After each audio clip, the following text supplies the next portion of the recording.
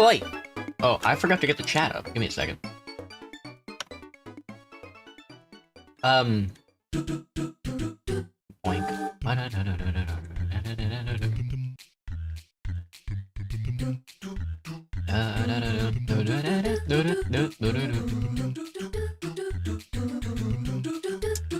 Yeah, I got hair in my mouth. Hello. So, okay. So the original plan was to have like a write-up ready to like cover the topic for a little bit and then have like a discussion about what we're talking about and all that stuff. That way I'm not just reading an article, but I think I would rather just read an article. It is kind of like way easier for me to just read the article out loud, although it doesn't give me like the strenuous rigor of writing up a summary and like studying and like bringing out critical elements. But I think I do just want to read the article, and then we can discuss it a little. And that way I also have a fresh idea in my mind about what the article is about, because I finished reading it yesterday, and I'm gonna be honest, none of the information stuck in my head.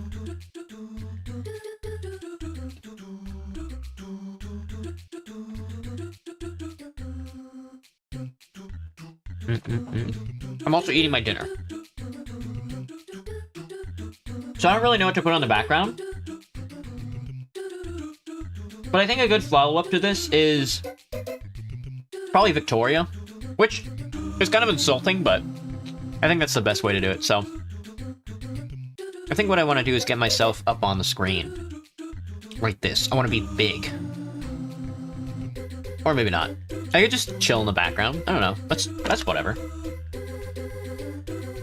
But let me see. Okay. So, I think the best case scenario... Maybe I can get the article up on the screen, actually. I think the best case scenario is for me to just read the article, and then we can discuss it a little.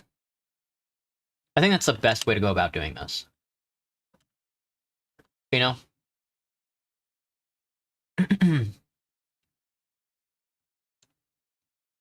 Let me...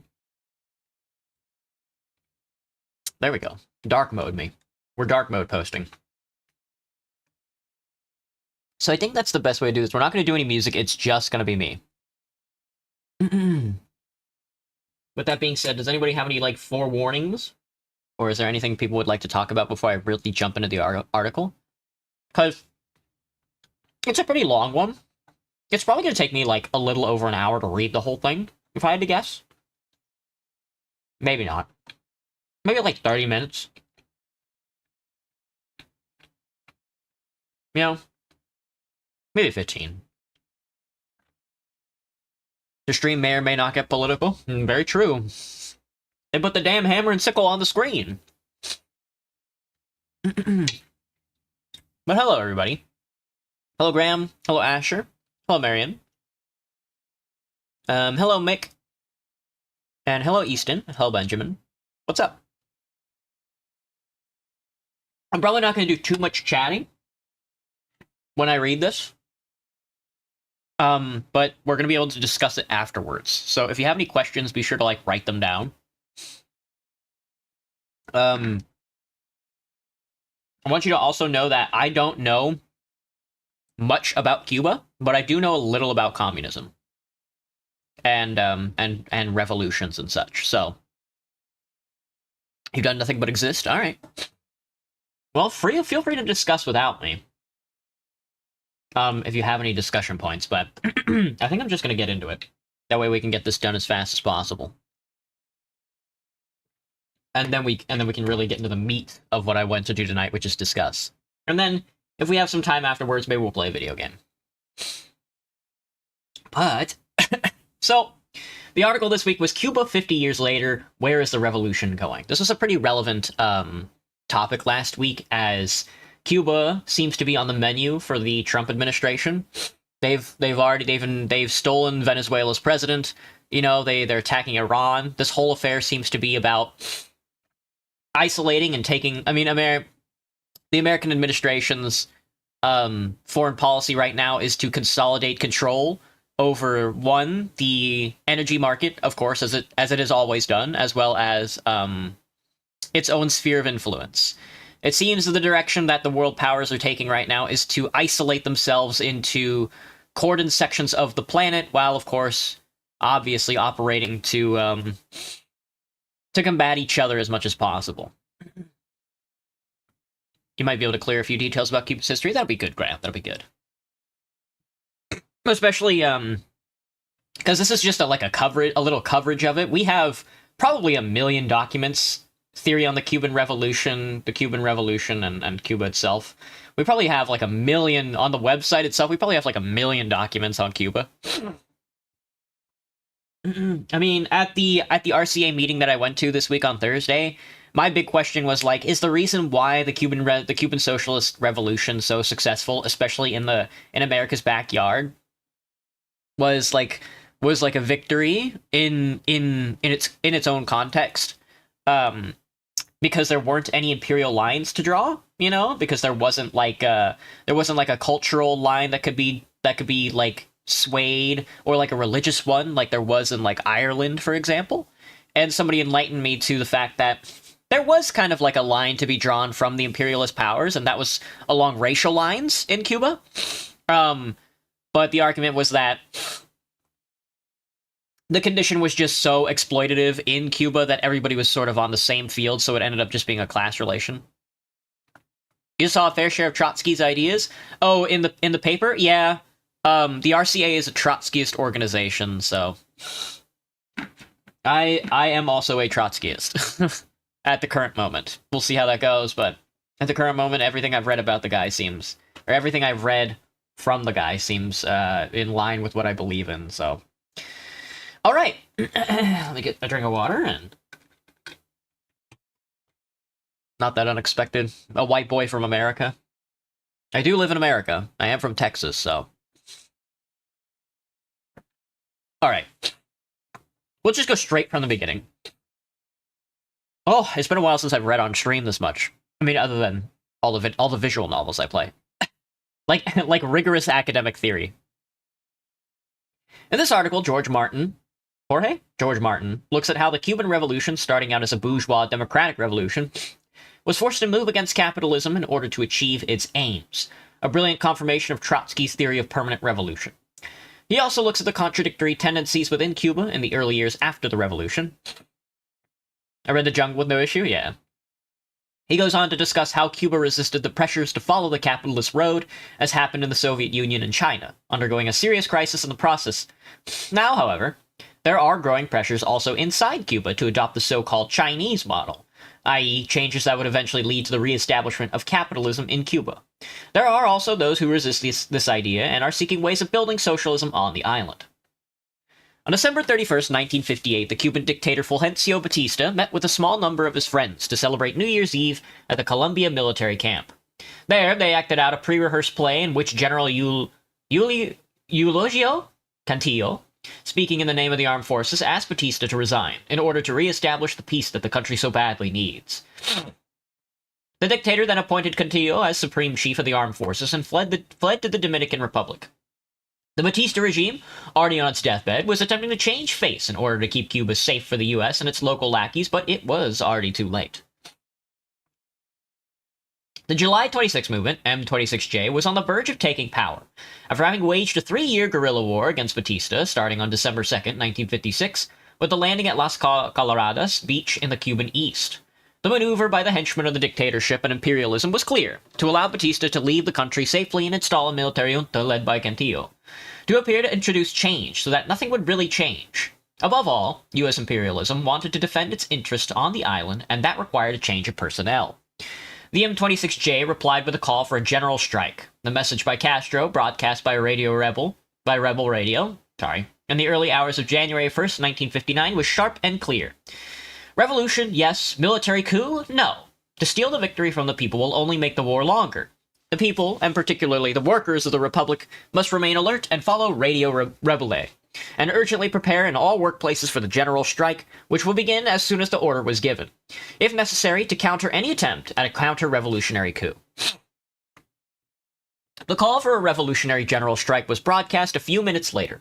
In Havana, the masses went out onto the streets to celebrate the fight of the hated dictator and, together with the revolutionaries who had mutinied in the Castillo del Príncipe jail, took over key points in the city, official buildings, police stations, etc. The forces of guerrilla commanders Che Guevara and Camilo Cienfuegos are still at some distance from the capital and Las Villas, but the apparatus of the dictatorship was collapsing like a house of cards, with its henchmen fleeing as fast as they could. By the end of the day, Castro addressed the crowds in Santiago de Cuba after the surrender of the troops stationed in the city, and a new government was sworn in, presided by Urrutia. On January 2nd, Che and Cienfuegos made a triumphal entry into Havana, and the Cantillo military junta fell. The general strike lasted from January 1st until the 4th, guaranteeing the revolutionary victory and the final collapse of the rotten apparatus of the Batista dictatorship. Congratulations, folks. On January 8th, Castro reached the capital, and the new government of Urrutia took power with the José Miro Cardona as prime minister. The revolution had won. In less than 3 years, capitalism would be abolished on the small Caribbean island. 50 years after those events, the bourgeois machinery of historical revisionism is working at full speed to minimize the importance of the Cuban Revolution and its conquests. The capitalist media in Latin America, Spain, and beyond has been publishing articles written by Cuban counter-revolutionaries, preferably those whose, in the first instance, had some links with the revolution, but who abandoned it once it was pushed inexorably to break with capitalism.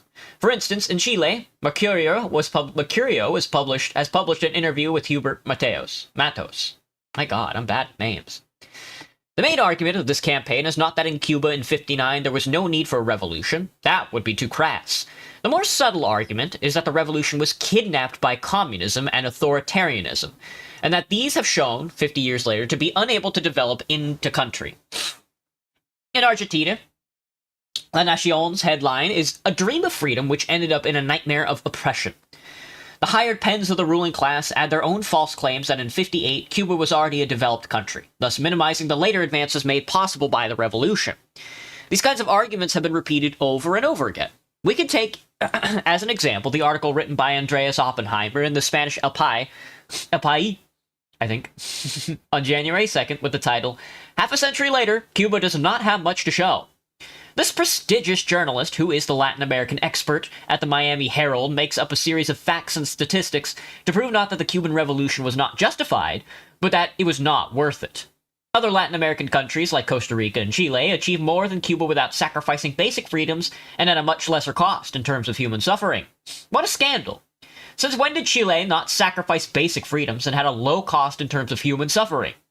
Ask the tens of thousands who were tortured or killed by the Pinochet dictatorship.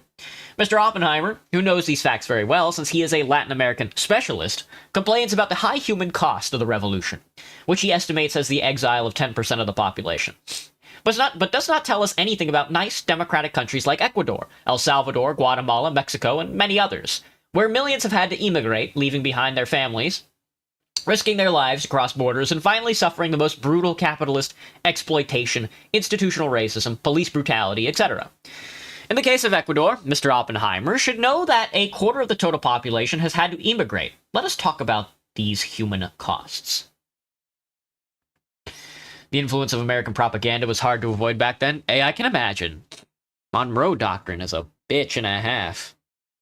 However, real facts and figures do not lie. And on the 50th anniversary of the revolution, we need to remind ourselves again what these facts and figures are. Life expectancy at the time of birth in Cuba today, according to the figures of the 2005 Human Development Report of the UN, is 77.7 years, 62 in 1959. Almost the same as in the US, 77.9. Much higher than neighboring Haiti, a free capitalist country, Mr. Oppenheimer, where it's only 59.5, and substantially higher than Brazil, 71.7. The adult literacy rate in Cuba is 99.8%, while in Brazil it's barely 88.6%. And it is also higher than Oppenheimer's favorite countries of Chile, 95.7%, and Costa Rica, 94.9%. In reality, according to the same United Nations reports, Cuba has the fourth highest human development index in Latin America, above Costa Rica. If we look at the figures for infant mortality and deaths per in deaths per every 1,000 born alive, according to the 2008 CIA World Factbook that cannot be suspected of espousing communist propaganda. The situation in Cuba, 5.93 today against 78.8 in 1959, is much better than even in the US, 6.3, Chile, 7.9, Costa Rica, 9.01, Mr. Oppenheimer, and then in Brazil, 26.67, not to speak of Haiti, where the rate is 62.33 deaths per 1,000 live births. These figures should not surprise us, since according to the most recent World Bank figures, another source free of any communist influence, Cuba is the second highest country in the world for a number of doctors per 1,000 inhabitants, 5.91, while the US has only 2.3, Brazil 2.06, Chile 1.09, Costa Rica 1.32, and Haiti barely 0.25. But if we were to accept the argument that the revolution was not worth it, what is the Cuba that Mr. Oppenheimer defends? In 1958, Batista's Cuba was the brothel of the US. A quarter of the population was illiterate, and the percentage of children in school was lower than the 1920s. In 1954, only 50% of houses in the cities and 1% of those in the countryside had a bathroom. At the same time, in Havana, there were more Cadillacs than any other city in the world. Less than 330,000 landowners controlled 70% of all arable land, while 78.5% of landowners occupied only 15% of the total. Around 20% of the active population was condemned to chronic unemployment, while another 20% of agricultural laborers worked 4 months a year in the zafra, sugarcane crop, and starved in miserable conditions for the rest of the year. Cuba's dependency on U.S. imperialism was absolute. Cuba bought in the U.S. not only cars and machines, chemical products, paper and clothes, but also rice, beans, garlic and onions, fat, meat and cotton. Ice creams were bought from Miami, bread from Atlanta, and even luxury meals from Paris, explained Eduardo Galliano, my bad, in his classic The Open Veins of Latin America. 13 U.S.-owned Ingenios, sugar mills, controlled more than 47% of the total crop. The wealth under the ground, nickel, iron, copper, manganese, chrome, tungsten, was part of the U.S.'s strategic reserves, whose companies exploited these minerals according to the varied needs of the Army of the Industry of the North. In 1958, there were, in Cuba, more registered prostitutes than mine workers. Despite the lies of Mr. Oppenheimer and co., had it not been for the revolution and the abolition of private profit motive, Cuba would be today a poor and backward country in which the majority of the population would be living in poverty, facing unemployment, illiteracy, and dying of curable diseases, like the people of neighboring Haiti and the Dominican Republic. This is why revolutionary Marxists celebrate the Cuban Revolution and unconditionally defend its conquests. Let me get a drink.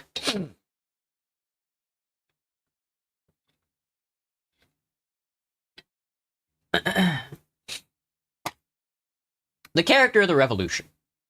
The revolution that won 50 years ago in Cuba had an advanced democratic program of national liberation and agrarian reform with a strong social content, but which did not raise the issue of the abolition of capitalism in order to carry out these tasks. Anyone who reads the speeches of the leaders of the revolution in those initial months of euphoria, the decrees they emitted, the measures that were taken, can easily realize that socialism was not on the agenda, even though it is also true that there were some in the revolutionary leadership who already then considered themselves socialists or communists. So these people from other countries aren't oppressed by their government, and the fact that they are populated to a point their resources can't provide them a good life, but because of America? Yeah, it seems like it. The composition of the first government after the fall of Batista illustrates this graphically. President Urrutia, a judge with no revolutionary background, was politically a conservative and an open anti-communist. I think that sounds about right. Yeah. Capitalism and communism, internationalism and state-based nationalism and patriotism, all of these ideas revolve around each other. Capitalism is just a globe-spanning ideology. Kind of the same thing with communism. They don't work. No system works in isolation. That's just all of human society as it has always been, you know? The world is connected. Everybody is connected. All life is connected through, like, the environment and shit like that. Even gravity itself is effective pretty much towards the ends of the universe, you know? There is no world in which there is, like, an isolated incident. Under Bolsonaro's rule, instead of refining the oil, he sold it raw to the U.S. just to be sold back twice for the price for the refinery. That sounds about right, Graham. Yeah. I think that's probably what's going to be happening in Venezuela soon, Graham, is that they're going to be pulling the oil out, and then it's going to have it be sold back to them. Prime Minister Miro Cardona Cardona, a lawyer, was a conservative bourgeois with no revolutionary past record. There were also bourgeois conservatives with no revolutionary track record, such as the Minister of Finance, Lopez Fresquet, and the Minister of State, Agremont. In his memories and his memoirs, Cuban Revolutionary Government First Steps, the then Minister of the Presidency at the time, Louis M. Bush, describes the situation clearly. With these characteristics, there is no doubt that in the US and amongst the big economic groups there was a climate of relative confidence, and that the comrades who had proclaimed the need for a deep revolution had certain reservations, some of which would persist for months or years amongst some of us. However, in reality, it was not possible to implement such an advanced national democratic program without clashing head-on with the interests of the US, which controlled the country's economy, and with those of that tightly knit alliance of landlords and bourgeois.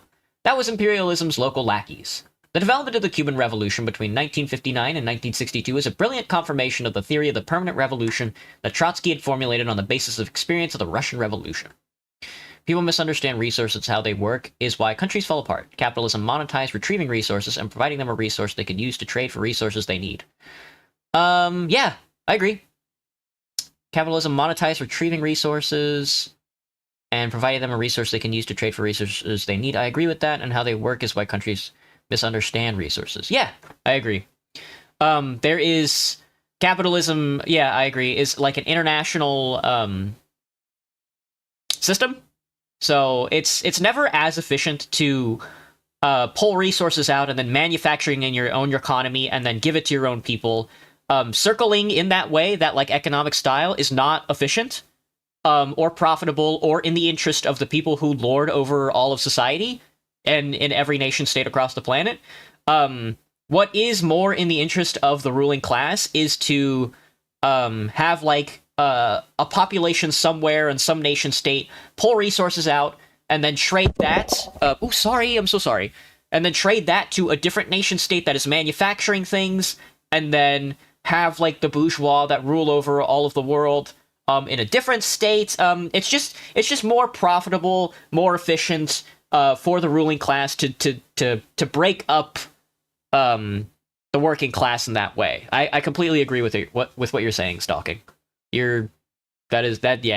People definitely do misunderstand resources. I agree. In that work, which remains very relevant to this day, Trotsky explains how, in the epoch of imperialist domination, the weak capitalist class in backward capitalist countries is unable to solve the problems of the national democratic revolution, agrarian reform, and liberation from imperialism. With regard to countries with a belated bourgeois development, especially the colonial and semi-colonial countries, the theory of the permanent revolution signifies that the complete and genuine solution of their tasks of achieving democracy and national emancipation is conceivable only through the dictatorship of the proletariat as the leader of the subjugated nation, above all, of its peasant masses. The attempt to do precisely the opposite, to carry out the agrarian reform and to achieve national sovereignty on the basis of an alliance with the progressive, anti-Batista, bourgeois, and without breaking with capitalism, proved to be completely impossible. Gradually, as the revolution took practical measures, particularly in relation to the agrarian reform, the bourgeois elements started to break away and join the counter-revolutionary camp. Already, on February 16, 1959, Fidel replaced Miro Cardona as prime minister. But it was the passing of the first agrarian reform law in the May of that year that precipitated the open break with the more bourgeois elements. On June 11th, 4 ministers were replaced, including the agricultural minister who had opposed the agrarian reform law. On July 18th, President Urrutia resigned. In October of that year, already in a climate of counter-revolutionary provocations and armed attacks, Commander Hubert Matos, in charge of Camagüey, betrayed the revolution. As the bourgeois elements were breaking away, support for the revolution amongst the masses of workers and peasants increased and became even stronger. The implementation of the agrarian reform and the lowering of rents, the lowering of electricity and telephone tariffs were tangible conquests that the people were prepared to defend and fight for. In March, on the initiative of the Workers' Circle in San Antonio de los Baños, the first armed militias of workers, students and peasants, professionals and housewives were formed, which later on spread throughout the country. In a succession of strikes and counter-strikes, provocations by the Cuban capitalists and mainly the U.S. imperialism, to which the revolutionary government responded sharply, the revolution acquired an increasingly radical character. During 1960, the nationalization of foreign companies and foreign banks was decreed, so that by the time when Fidel declared the socialist character of the revolution, on April 17, 1961, on the eve of the attempted invasion at Playa Girón, Bay of Pigs, capitalism had been, to all effects, snuffed out in Cuba. Those events and the breathtaking speed of the Cuban Revolution in those first years contain an important lesson. The fundamental problems which affect the masses of workers and peasants in backward capitalist countries cannot be resolved, nor genuine liberation from the yoke of imperialism be achieved without breaking with the regime of capitalist private property. Only the expropriation of the interests and properties of the imperialists, the landlords, and the local capitalist class can guarantee the conditions in which to start to solve the pending national democratic tasks. Hello, Ninja. Hello, Rafka. Yeah, slave labor is a problem, but we can't force countries to stop, outside of complete and total control. So what is worse, slavery or imperialism? Oh, God, Stalking. Oh, God. Ugh. I'm gonna be honest, man. I don't think that those are the two options on the table.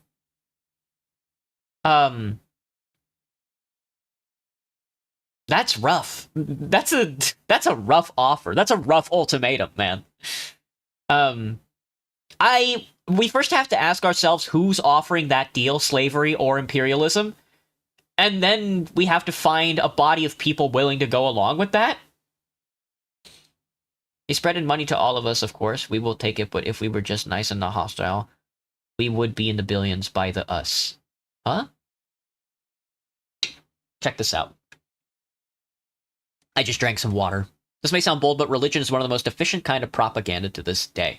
It is still going, huh, Gramp? It is Easter. Happy Easter, by the way, everybody. I hope you've done some Hail Marys. I'm an atheist, by the way.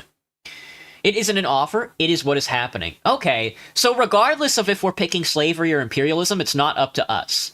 So it's not like a philosophical debate. So that's not on the table. So that means it is imposed, and the only thing to do is resist. So slavery or imperialism is just not a question that's not on the table. So yeah, I think I agree with that second comment. The Bible was modified so many times I lost count. That's what makes it so genuine. That's what makes it a fun social experiment. The first decade, debates and conflicts. The Cuban Revolution took place at the peak of the Cold War. By breaking with capitalism, the Cuban leadership was inexorably propelled in the direction of the USSR. But this process was not free of conflicts and difficulties. The USSR in '59 was far from being the revolutionary country that Lenin and Trotsky had led between 1917 and 1924. The usurpation of power by the Stalinist bureaucracy had profoundly changed the character of the regime. An authoritarian dictatorship had replaced the Soviet democracy of the early years.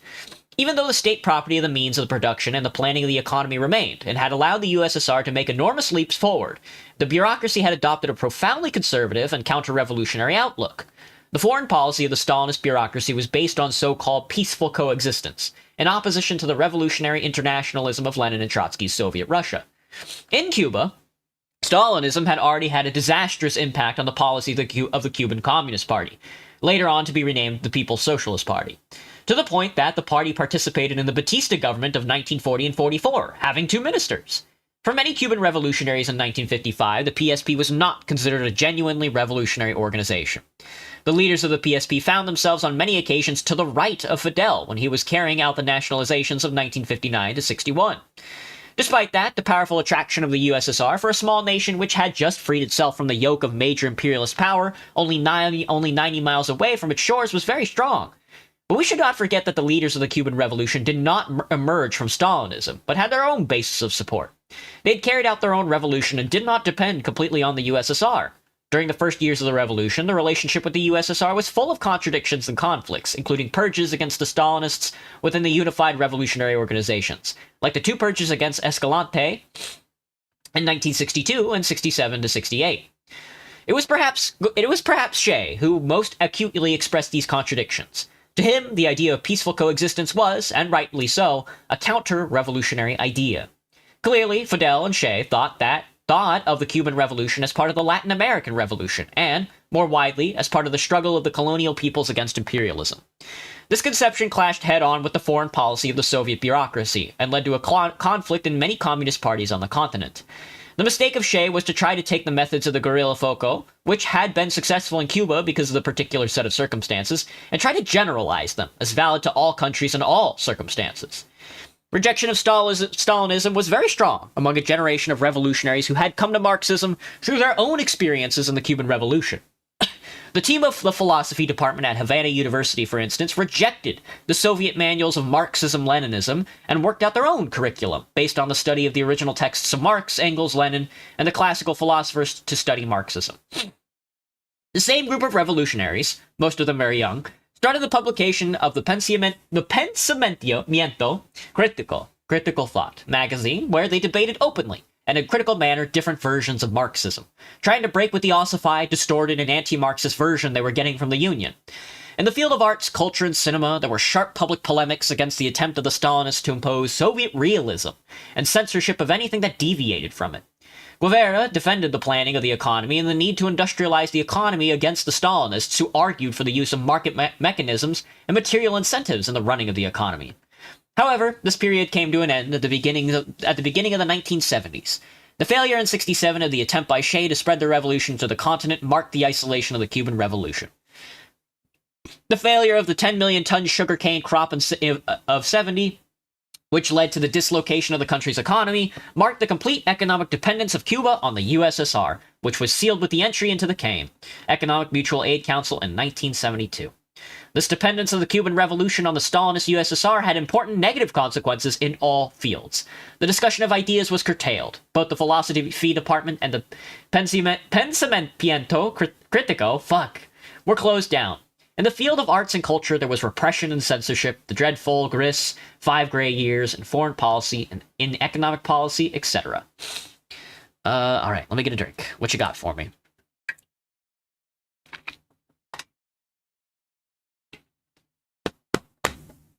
Beep, beep, beep, beep, beep, beep. I mean that outside of imperialism, whether it is communist imperialism with slavery, China, technology has advanced to where government takeovers aren't possible without assistance. Let me read that again. I mean that outside of imperialism. Whether it is communist imperialism with slavery, China, technology has advanced to where government takeovers aren't possible without assistance.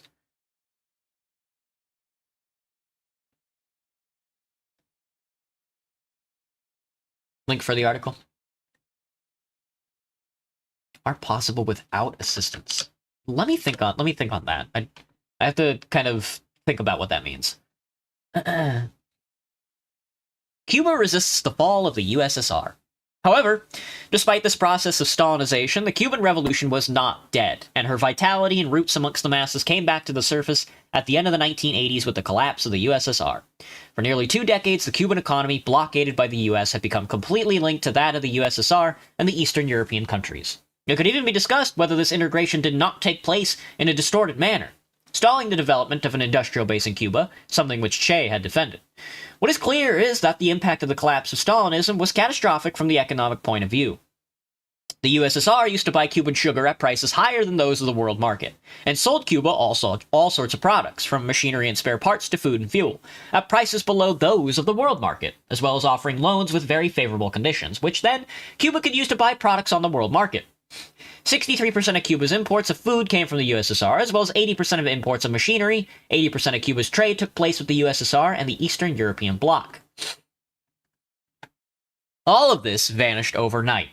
Between 1989 and 1992, the import capacity of the Cuban economy fell by 70%. Not only was Cuba deprived of trade on extremely favorable terms, but her access to finance in order to purchase products on the world market was cut off. This led to the collapse of Cuban GDP by 2.9% in the 90s, in 1990, 10% in 1991, 11.62% in 92, and a further 14.9% in 93. Between 89 and 93, the accumulated fall of GDP was 35%, comparable to the 29 crash in the US. The fall in exports was 79%, the fall in imports 75%, and the fall in gross investment was 61%. Oof. Oof, dude. Oof. These economic figures give us only a superficial idea of the massive human cost of the collapse of the economy. Problems of lack of food, lack of vitamins, almost complete lack of transport, lack of fuel for power generation with the accompanying blackouts, etc. To all this, we must add the political impact, the overwhelming ideological campaign of the ruling class worldwide to the effect that socialism had failed.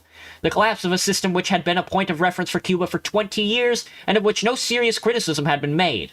And yet, despite everything, Cuba survived, what became known as the Special Period in peacetime. In the USSR, the leadership of the misnamed Communist Party led and organized the restoration of capitalism, with the aim of becoming capitalists themselves through the theft, looting, and plundering of state property. In Cuba, the revolution resisted and rejected the restoration of capitalism despite all the hardship. It was time in which the spirit of struggle of the Cuban Revolution was reborn. We saw the will of the people who had conquered freedom not to be enslaved again. Despite the enormous difficulties and suffering, the Cuban Revolution overcame that period and did it for political reasons. The USA knew about the inflation of the currency because that was now tripled our currency now, and it's stayed stable till now, making their money nothing, all those debts for nothing. Greedy. It do be like that. Let me get another drink. We love a good chapter, don't we? We love a good section. The Cuban economy and the world market. At the same time, a series of measures were introduced, already since 1988, which meant important concessions to capitalism, on the need to participate in the world market. These could not be avoided, but at the same time, they became the source of contradictions and dangers for the planned economy in Cuba. Among these measures was the opening to foreign investment, the promotion of tourism as the source of hard currency, with all the contradictions it brings, the legalization of the dollar, the decentralization of foreign trade, the opening of free agricultural markets, and the setting up of small peasant cooperatives, the controlled legislation of self-employment and some small business, etc. These measures, determined by the immediate need to survive, entailed big dangers. The participation of Cuba in the world market was taking place on extremely unequal terms. The Cuban economy was based mainly on raw materials and services and needed to import all sorts of manufactured goods. The economic measures that were taken at the time, even if had been in the context of a strong planned economy able to produce machinery with a strong industrial sector able to compete in the world market, involved penetration from the world market. This was 100 times more so in the case of the weak and underdeveloped Cuban economy. The changes that were being introduced threatened to unleash an unstoppable movement towards capitalism. However, since 2003, the Cuban government made a turn towards re-centralization of the economy. The circulation of the dollar was banned, though this was replaced by the convertible peso, CUC, which is firmly under the control of the state. Foreign trade was again brought under central control, concessions to self-employed and small businesses were limited, and foreign investment and joint ventures were also limited. The decisive factor is the weakness of the Cuban economy, which is currently based on income from tourism, the export of services, mainly Cuban doctors in Venezuela and other countries, and the export of nickel. The role of industry in the Cuban economy is extremely weak and mainly oriented to service the tourist sector. All of this generated contradictions and unevenness in Cuban society. The dependency on tourism means, on the one hand, that the large part of the limited agricultural production has to be channeled towards this sector to the detriment of the needs of the Cuban population in general. On the other hand, all those who are in contact with the tourist industry have access to convertible pesos, CUC, with which to buy products to supplement their monthly budget. What a taxi driver, a hotel doorman, or someone renting a room out can get in one day might be as much as the monthly wage of a building worker or a teacher or a doctor. This reduces the value of wages, generates a deficit of doctors and teachers, and creates a situation in which a large section of the population lives through lucharla. That is, using semi-legal or openly illegal methods to get income, stealing from work, the theft of public resources, legal or illegal self-employment, etc. The most dangerous aspect of these phenomena is that they promote the idea of an individual solution to problems as opposed to a collective one. The export of medical services, which according to some figures represents already 50% of the total value of exports of goods and services, almost double the amount of income from tourism, means that if there are some 25,000 Cuban doctors abroad, this has a negative impact on healthcare in Cuba, one of the most important conquests of the revolution. The remittances of Cubans abroad, which are worth $1.1 million, are also a source of further contradictions, since they do not reach all the sections of the population equally, thus increasing social inequality and contributing to reduce the status of wages as a main source of income. Finally, exports of nickel are subject to the volatility of the market for minerals in the current crisis of capitalism. The average price of nickel in 2008 was 41% below that of 2007, and 80% down from its peak in 2007. At the same time, the Cuban economy is heavily dependent on these sources of hard currency income in order to purchase on the world market all the goods it needs, from food to buses for public transport, and which it does not produce. The need for hard currency has been increased by the hurricanes which battered the island in 2008, causing damage worth $10 billion, 20% of the GDP, destroying crops, infrastructure, and houses. God in heaven, dude. It is looking grim.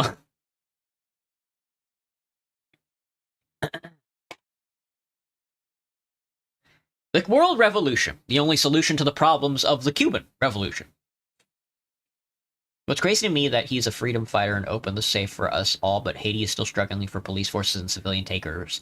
I agree, Ninja. When I was at the RCA meeting this week on Thursday, Haiti was also a big topic that went along with it. You know, you have like Cuba, which is like this isolated socialist country that will not access the world market because it will be exploited to high hell and back. And then you have Haiti, which is like an openly capitalist, like pretty much a libertarian state at this point. And they're just both in awful conditions, you know? So they are just used as battered. They're just used as battered examples of like how you can't go like too hard in one direction. So liberals just run the line of like, we need socialism, but only a little bit, and we need capitalism, but only a little bit. You know, it's the Caribbean is such an exploited place. You know, the world revolution, the only solution to the problems of the Cuban revolution. Ain't that the truth? All these economic factors only reinforce the idea that, in the last instance, the only real solution for the Cuban economy is to be found in the spreading of the revolution in other countries. This is precisely the second part of Trotsky's equation in Revolution Betrayed. The completion of the socialist revolution within national limits is unthinkable. One of the basic reasons for the crisis in bourgeois society is the fact that the productive forces created by it can no longer be reconciled with the framework of the national state. The socialist revolution begins on the national arena. It unfolds on the international arena, is completed on the world arena. Thus, the socialist revolution becomes a permanent revolution in a newer and broader sense of the word. It attains completion only in the final victory of the new society on our entire planet. The world division of labor, the dependence of Soviet industry upon foreign technology, the dependence of the productive forces of the advanced countries of Europe upon Asiatic raw materials, etc., make the construction of the independent socialist society in any single country in the world impossible. Destroying the economy was the point. Countries the size of Cuba need outside resources. Every time you have to reach out to a different country, the cost rises. Exactly, Stalking. Exactly. Exactly, brother. Exactly. It's a global system. Every country needs to act. There is no, when you come up with like the nation state, it requires you to interact with other nation states. You can't have one nation without having another nation. And that means they have to interact with each other. They cannot be isolated by themselves, and that means everything falls apart. This was true in the 1930s when the Russian revolutionary put in writing the theoretical conclusions of the experience of the October Revolution. But it's even truer today, when the interpretation of the world economy has reached an extreme degree. At the same time, revolutionary conditions in the whole of Latin America are today much more advanced than they were in 1989, when Cuba became completely isolated. The development of the Venezuelan Revolution has already created a point of support for the Cuban Revolution both economically, through the exchange of doctors for oil at advantageous terms, for example, and politically.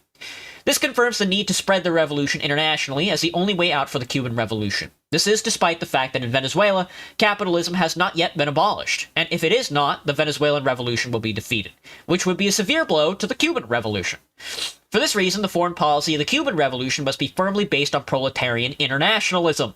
The lessons of the Cuban Revolution for Venezuela, Bolivia, Ecuador, etc. are clear. Only through the expropriation of imperialists, landlords, and capitalists is it possible to start to address and solve the most immediate needs of the masses of workers and peasants. You can't do it alone. Uh-oh, I froze the website. Give me a second. The struggle against bureaucracy and corruption. There we go. Let me get another drink.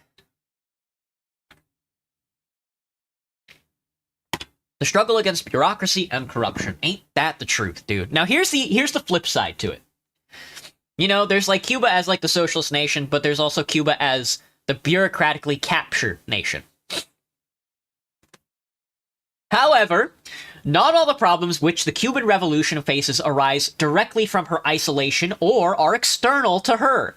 In a very important speech which Fidel gave at the Havana University on November 17, 2005, the Cuban leader already warned that the revolution ran the risk of self-destruction and pointed at bureaucracy, corruption, and the new rich as a key problem. It is inevitable that in any society with limited resources, bureaucracy and corruption will rise. But the only way to fight against these phenomena, which are gangrene to the planned economy, is through workers' democracy, through the detailed control by the workers of the economy and the administration of the state. If the workers, in a collective way, do not feel that they are the masters and owners of the country, of the means of production, do not feel that they are involved in taking decisions, particularly the most difficult ones regarding the distribution of scarce resources, then the seeds of demoralization and skepticism are sown. As Cuban communist Frank Jose Scolar Cabarrales pointed out, the only solution for Cuba is, on the one hand, to give incentives, to deepen the mechanism of workers' control that at certain times have been put in interim solutions and to make them systematic, institutionalize them in the economy and politics of Cuba. The replacement of Fidel by Raul Castro raised great expectations of change in Cuba. A discussion on the main problems that affected the country was open to all levels. Hundreds of thousands of Cubans participated in it and reaffirmed their majority support for socialism, while at the same time they pointed out the problems that the revolution is facing and the problems that Cubans face on a daily basis. Arising from this debate, however, only limited and secondary changes were introduced, such as the liberalization of mobile phone ownership, of the sale of some electrical goods, the possibility to stay in hotels, which in reality only benefit those sections which have more direct accesses to CUCs, and therefore only increase social inequality. Further to these, measures have been taken promoting material incentives, like the elimination of maximum amount of money that can be received as productivity bonus, a measure which also increases social differentiation. I guess you know how big companies buy out most small companies until it becomes dependent on that profit. That's kind of the strat countries such as America is running with currently. Yeah, I guess so, Graham. That seems to be the case. Cuba, towards the Chinese way. Indeed. Will they take it? That's the big question, isn't it? Is Cuba going to liberalize? They've got quite the task at hand, especially with so many guns pointed at them. In the debate that has opened up in Cuba, it is clear that there is a strong tendency to emphasize solutions which are supposedly practical, administrative and related to efficiency, as opposed to political measures. The international capitalist media have speculated about whether Castro is a proponent of a Chinese way for Cuba, that is, the progressive introduction of market measures that ultimately would lead to the restoration of capitalism. Obviously, this would be a preferred option for the capitalists internationally. In official Cuban media, there is an insistence that Cuba is different from China, that conditions are different and models cannot be copied. However, at the same time, Cuban economists are proposing exactly the same kinds of market reforms which in China led to the restoration of capitalism. For instance, Omar Everleni, subdirector of the influential Center for the Study of Cuban Economy, CEEC, at the Havana University, in an interview published in the Mexican newspaper La Lloranda, speaks of the need to promote foreign investment, of the need to develop private, small, and medium-sized enterprises, the decentralization of the economic activity, and the role of the market in the economy. Talking of Vietnam as an example, Everleni points out that in a country and an economy, even if it is socialist, the market has to be an important component. We should discuss in what proportions, but I think that a quota of market is vital for the process of development in the conditions of Cuba. Vietnam has managed to introduce the market, and it is an economy with high rates of growth, with a growing welfare, and today plays a key role in the export of basic products worldwide.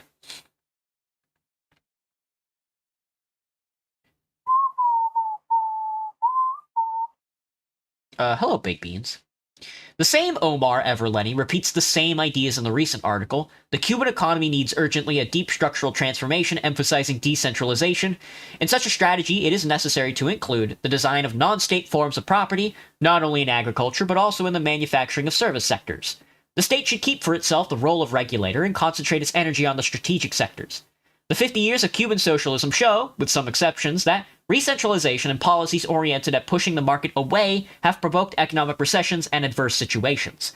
This is not the road that should be followed in the future. The state should go from having a role of general administrator to one of general regulator, without changing the socialist project that the Cubans have decided upon. There is no doubt, and time will show, that this reform of the economic system must include the role of the market, the state regulation of the forms of property and business organization. Ugh. Bleh. Hello, Ultraman. Hi from Bulgaria. Hello. It seems clear what Everleni is proposing, to open up manufacturing and services to private property, to reject policies which move away from the market, and that the state, far from planning the economy, simply should regulate it, even though Everleni maintains that this would not mean a change in the socialist project. The kind of socialism he proposes is very similar to so-called market socialism with Chinese characteristics. That is, capitalism. It is not by chance that his article has been published by the Nueva Sociedad magazine of the F. Ebert Foundation of the German Social Democracy, the friendly face of capitalist counter-revolution.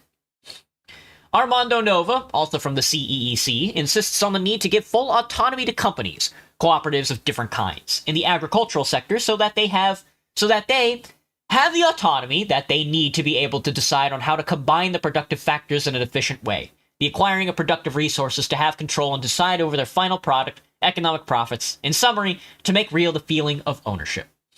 In a recently published and very interesting study on the current state of the Cuban economy, George Martio Sanchez, from the Center of the Study of the United States at Havana University, and Juan Triana Cordovi of the CEEC emphasized the same proposals: the recovery of agriculture, which according to them would require private foreign investment, the promotion of small and medium-sized enterprises, as private companies, either cooperative or not, with the aim of generating a business fabric which would contribute to increasing the efficiency of the system as a whole, and to promote foreign investment, spreading it to new sectors and promoting it with the transformations in the legal framework. Ugh.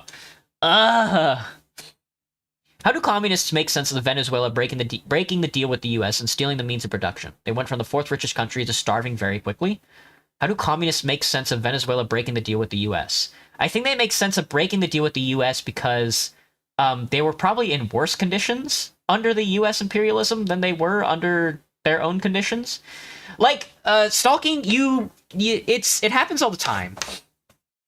You see videos and posts online about like the worse and awful conditions of communist dictatorships, and that's not to say that they're wrong in those countries. But that is like a media angle. There is also the second point that I would say Venezuela is not communist at all in the slightest sense. I would consider Venezuela like a bureaucratic regime. I don't know. Like it's just not. I don't know. I don't, stealing the means of production, I guess, is a funny way to put that, because the Venezuelan workers do not own the means of production. The reason why Latin America has a target on its back is because it's rich soil and because there's American military bases that were built in the past. Yeah, Graham, that is true. Its proximity to America is also, as well, like, America has the Great Plains. That's all farmland. Nobody wants to be a farmer in America because farming, I mean, and this is true for all societies, farming fucking sucks. Farming has always fucking sucked.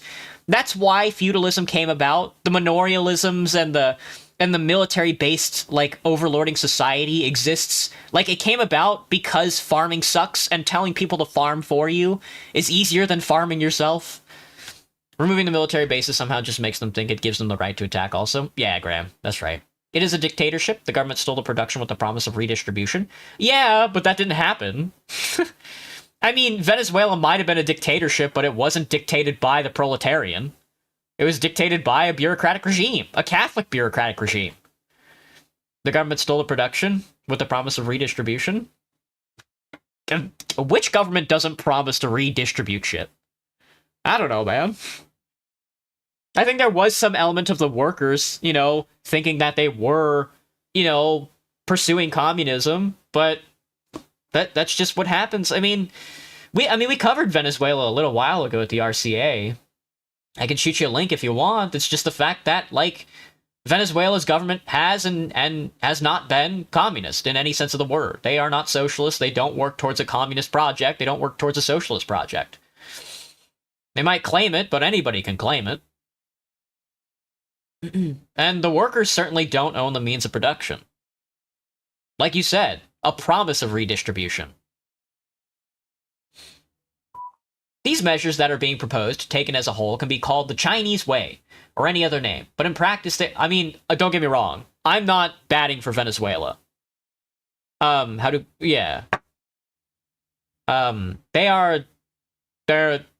don't know. As a communist myself, my take on Venezuela versus America is that we should empower the working class. I don't stand with nation states. I mean, as far as states that are owned by like a bureaucratic capture, There are nation state projects of a liberatory nature, like Palestine, for example.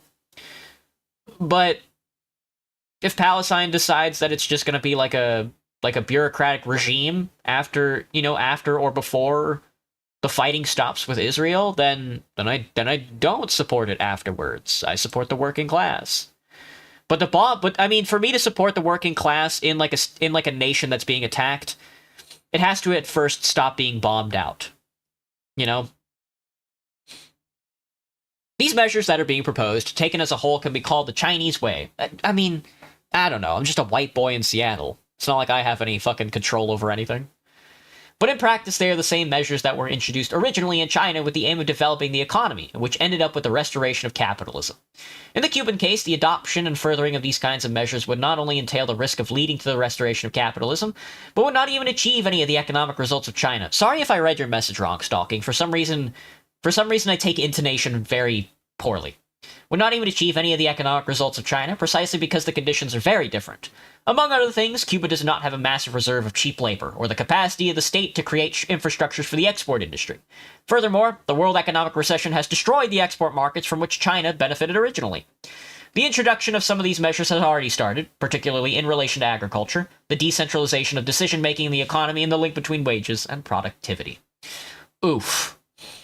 So, I guess, I don't know, we'll make predictions on what's going to happen to Cuba in the discussion. Self-management. As part of this debate, I mean, I'm glad, I'm definitely happy people are engaging. That's more than I could ask for anything. It is a discussion, yeah. As part of this debate on the renewal of Cuban socialism, some have proposed the idea of self-management as a way forward. Pedro Campos and others have signed a document in which they raise 13 programmatic measures as part of the debate towards the fourth Party Congress that will take place later on this year. Without doubt, the document raises a number of interesting proposals, including the formation of workers' councils in all workplaces. It is clear that Pedro Campos is deeply worried about the problems the Cuban economy is facing and is trying to find solutions which imply the full participation of the workers in the management of the economy and the decision-making process at all levels. On this, we agree.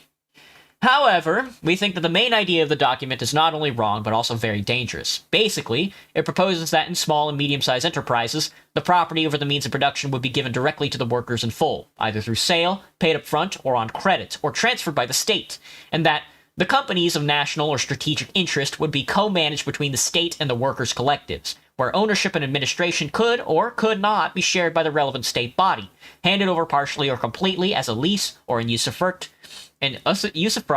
to the workers. In all of these companies, the form of payment of wages would be replaced by the equitable sharing out of part of the profit. That's kind of the crux of communism, though, isn't it? In order to redistribute, someone has to take the means of the resources to begin with. Yeah, but that would be the workers. Which would be everybody else. Because at the current moment, the bourgeois reign and control all of the means of production and the resources. The workers do not. Yeah, you got it. The expropriation and such. This means that ownership of companies would be handed over to the workers who work in them, and they, instead of receiving wages, would share out any profits. This system, which is being proposed, is very similar to the socialist self-management which was implemented in Yugoslavia and which led to the economic collapse of that country and later on in its breakup. This type of ownership and sharing out of profits inevitably generates an outlook which is not a collective one, but rather individual of each group of workers in each company. If there were, for instance, 2 transport companies in the same city, the workers in each of them would be pushed to compete with workers in the other in order to get higher profits to share out. This is exactly what happened in Yugoslavia. Furthermore, this system of individual material incentives in each company leaves to one side the problem of how to manage public services. That is, companies which do not necessarily generate profits, but which deliver a useful service to society. For instance, public transportation, healthcare, education. What profits would companies in these sectors generate for workers to share out? Self-management would also create extreme inequality between workers in different sectors of the economy with different profit rates. For instance, if the price of nickel on the world market collapses dramatically, the workers in this sector would have to share out losses, while the workers in the biotechnology sector, for instance, would have substantial profits to share. The sharing out of profits in this case would not depend at all on the quality and intensity of labor of these groups of workers, but on factors completely alien to them. This would generate an exodus of workers from the less profitable or even loss-making sectors of the economy, healthcare, education, public transport, or nickel, for instance, to those which are more profitable, tourism, biotechnology, thus replicating the same problems that we face now, in which these measures were supposed to address. Another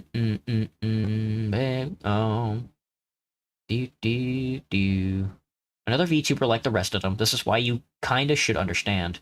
And I'm also hating on you for no reason. Hello, Jervis. What's up? So if I work in a steel plant, I get a portion of the profit of the company. Companies grow with debt, though, not profit. So that's the thing, stalking. We're actually talking about it right now.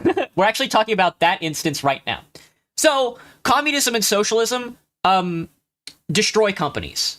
Under socialism and under communism, there is no such thing as a company. There's no such thing as profits. None of that stuff exists.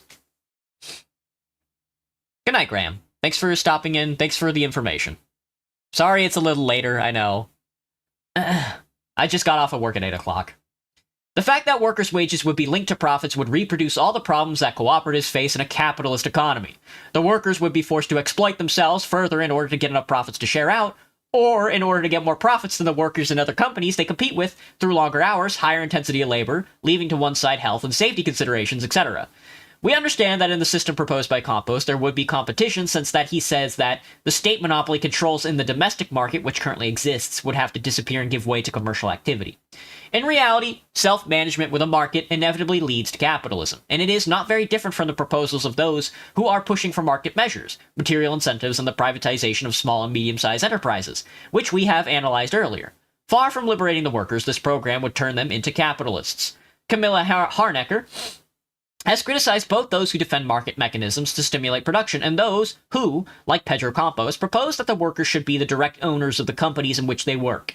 In an interesting article published in Temas magazine, Pinheiro argues that the participation of the workers in the management of the companies will not only contribute to their full development, but also be an important source of motivation.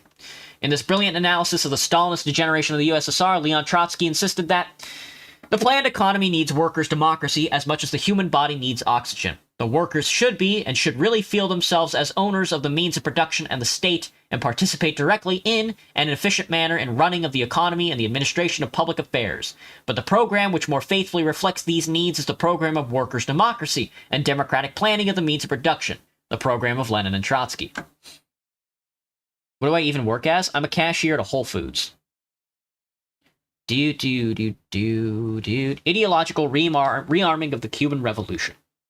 In Cuba, there is also a current which is looking for a left-wing solution to the problems the revolution is facing. During the Havana Book Fair in 2008, in a forum for debates and discussion, the Cuban writer Desiderio Navarro expressed himself in the following way. Recent history has proven that socialism without criticism and without collective participation is doomed to end up in the worst of capitalisms. And he added that he was arguing for both the perestroika-type experiments as well as the games of Chinese shadows. The experience of the Bolshevik Workshop, a series of meetings and debates about the history of the USSR and Cuba from a social critical point of view, which ended in a meeting of more than 500 youth in commemoration of the Russian Revolution in 2007, is an indication of the ferment of discussion and ideas which exists. That meeting, called by rank and file means and which openly claimed the revolutionary character of Marxism and suppressed inheritance of the October Revolution, including that of Trotsky, was also proof that it is possible to interest the Cuban youth in the defense of the revolution if one adopts a clearly anti-capitalist standpoint. This debate is mainly concentrated amongst intellectuals and university youth, and it is not free from difficulties. Within the state apparatus, there are Stalinists or pro-capitalist sections that feel threatened by this debate and try to prevent it from taking place. The discussion of ideas is crucial, and the ideological rearming of the Cuban Revolution is necessary for it to be strengthened. However, not all ideas are equal. There are those who defend reformist ideas, who say that it is possible to have socialism, but with the market, and that what is needed is more democracy, when what they really advocate for is bourgeois democracy. Revolutionary Marxists in this debate advance two main ideas. For us, the defense of the Cuban Revolution can only be successful if it is based on international socialism and genuine workers' democracy. Without any doubt, the Cuban Revolution and its 50th anniversary is at a crossroads. It is faced with economic and political difficulties subject to a brutal imperialist blockade, facing the more treacherous attacks of those sections of the world capitalism which want an opening as a way to restore capitalism. It is also threatened by those within the island who defend a Chinese way, which in fact leads to capitalism. And there are those who defend the status quo of the bureaucracy, which at the end of the day would lead to the collapse of the revolution. The international context is favorable to the revolution from the point of view of the class struggle. The revolution is spreading throughout Latin America. The crisis of capitalism, which will also lead to the crisis of the Chinese model, discredits the capitalist system in the eyes of millions of workers around the world, and in Cuba itself, to those who would have some illusions to it. In it. In this situation, the enormous political and social reservoir of support the revolution has, if linked to the defense of proletarian internationalism and workers' democracy, could become a powerful factor in the struggle to defend and spread the conquests of the planned economy and to open a socialist future in Latin America and the world. Today more than ever, long live the Cuban Revolution, long live the World Socialist Revolution. Fuck, that was such a long-ass read. So, a couple of core lessons here in this paper.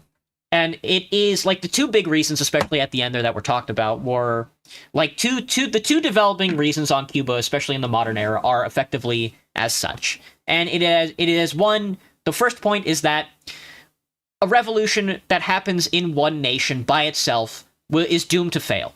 If you have a communist revolution that is isolated in itself, much like the USSR, much like Cuba is going on here, much like Venezuela, it's just doomed to fail. Bureaucracy and such will take over, and the workers will simply just get petered out and die, you know? It has to be an international project because capitalism is international. It is a global system.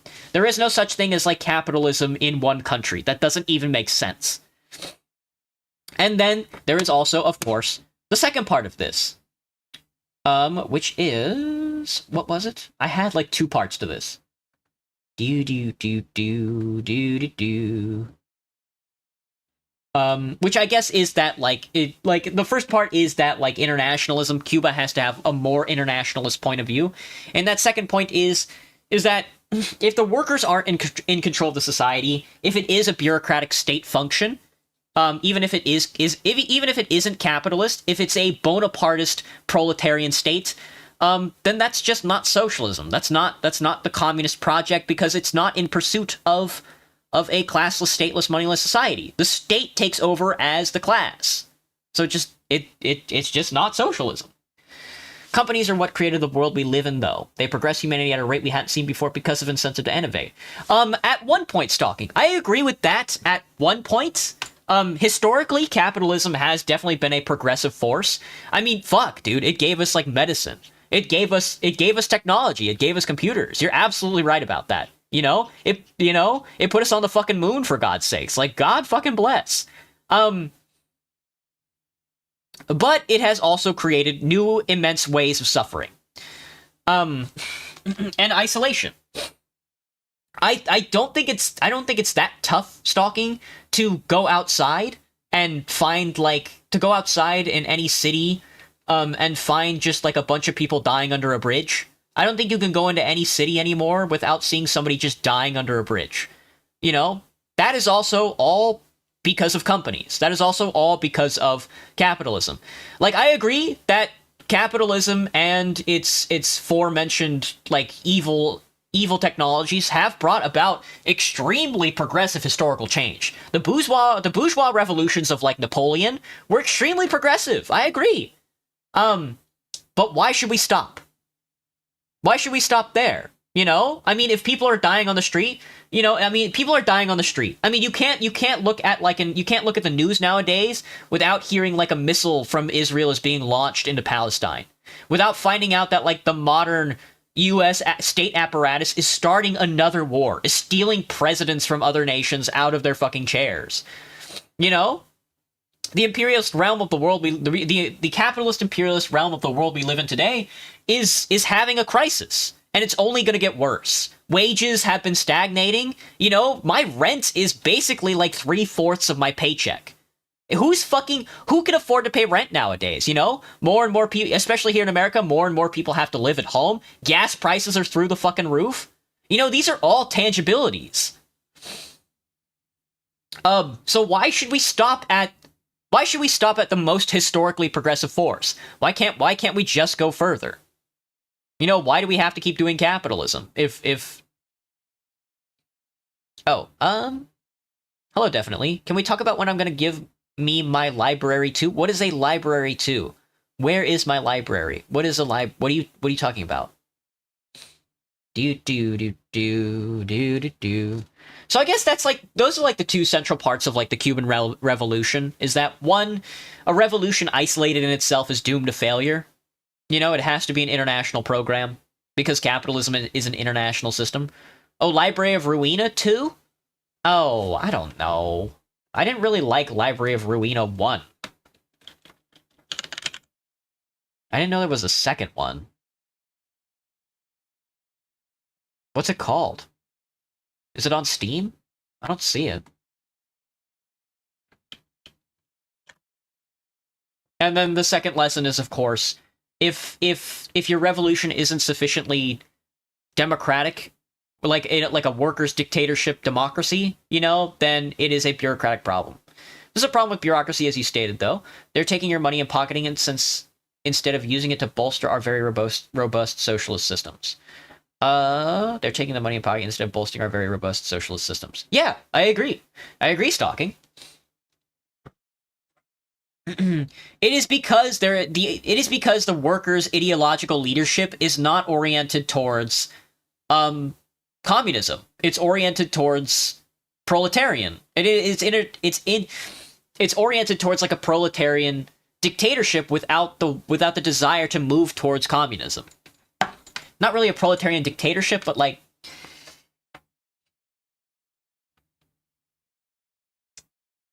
for one reason or another, the workers' democracy peters out.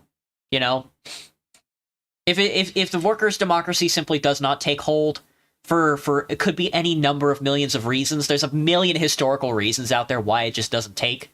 You know, or usually it's because it was never started. You know, then it just won't work. I'm confused about the tags in bio. How am I a wizard and a space wanderer? I'm a space wizard, Crystal. I don't have my keys set up, but I have a wizard hat and a space outfit. There are no two. I just mean the second time. Oh, the second time I'm gonna play it. Maybe I'll play it again. Definitely. Have I played Ultra Kill? I haven't played Ultra Kill. I'm thinking about playing Ultra Kill this week, though. Define Space Wizard. I'm an astronaut who my lore is that I'm an astronaut who went to the Andromeda Galaxy and I got stuck there for thousands of years, and then I came back and now I can cast spells. Hello, Kaname. What's up?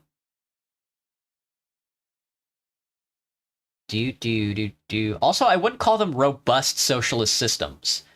I don't think there's any place on planet Earth that has a robust socialist system.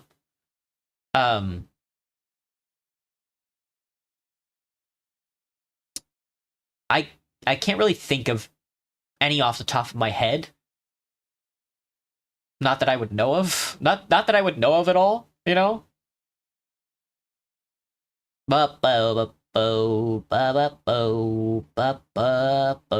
Also, I would...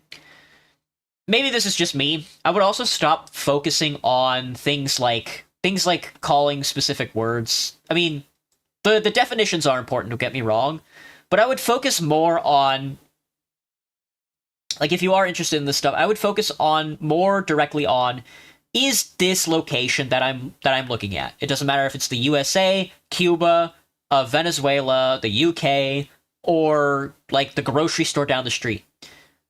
Do the workers have democracy over this establishment? Do the workers have a democracy over what is happening here? And if they don't, then the world is in a worse location. Because the world is better off with the workers' democracy. That is effectively the goal.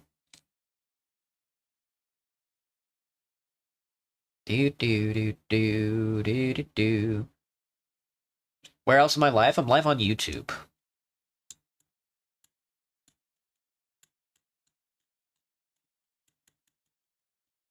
All right, we're actually an hour in. I thought the discussion, our discussion probably isn't going to happen at the end here. I think I pretty much summed it up pretty well. If anybody has any more questions, we'll continue talking about it, of course. But I think this is pretty good. The discussions mostly happened during the document, which was not that bad either. Kind of interrupting the flow is not a bad idea sometimes, especially in this kind of environment. But I think I think I will play some video games for the rest of the night. Now, I don't really know. I was going to play Cuba in Victoria 3. But I think I don't want to hop into TF2. We've been playing a lot of TF2. I think I want to continue my Borderlands run. Maybe I will play a Victoria Cuba run. No, because I'll be starting a new run every week. So I'll continue with my Borderlands 4 run. I know it's kind of a big-ass jump, but for the rest of the stream. And then I can finally finish my cold dinner, which I have chicken strips, celery, and carrots, and my chicken's gone cold. Not as if I couldn't just walk over to my microwave and use it. But, you know. Alright, this could take a while to start up. Oh.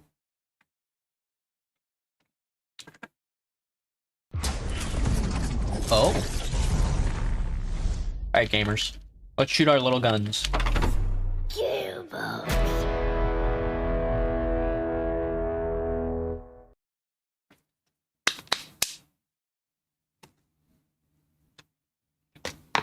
Okay. Celery! I love celery. Yummy.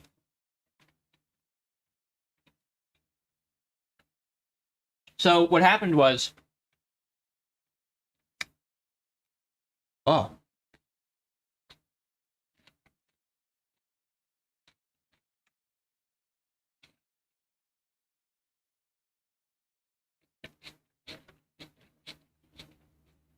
Oh my god, celery is so good.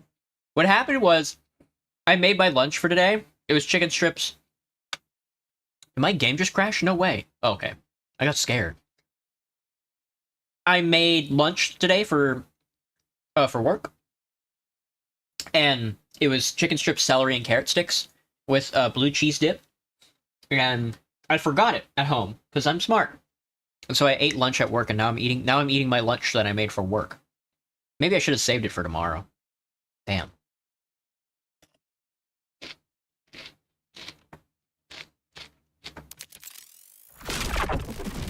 I'll make something else. Yum! Oh god! Celery is so tasty, dude. I remember when I was homeless, I was fucking craving produce, dude. And when I first moved in my apartment and I went to the food bank, they gave me like a bag of celery and I ate the whole thing in like a meal. It was so good. Interesting discussion. Appreciate the different perspective. Not sure we were ready for the post-currency world, and we can't even get past what I would consider the first hurdle. Race. Ah, yeah. Stalking, I see what you're saying. No, yeah, man. Well, thank you for asking all those questions, dude. I hope I can do this some more. This is kind of new for me. I was reading the political discussion. And I definitely love to keep doing it more. You're American, your crops are more expensive than meat? Yeah, Crystal, you're so right about that. That's so true. Cuba? You know, Cuba is always like an interesting topic, but for some reason, for the life of me, I mean, I read that article like 4 times throughout the week, trying to get it in my head so I could write like a lead off on it, but it just would not stick in my head.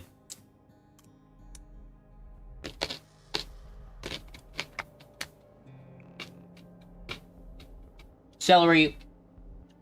Carrots are not nearly as delicious as celery.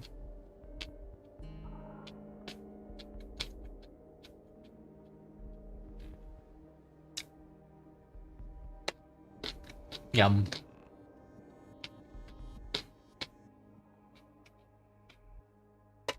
No! I dropped my carrot in my blue cheese. Fuck. Yummy. Okay.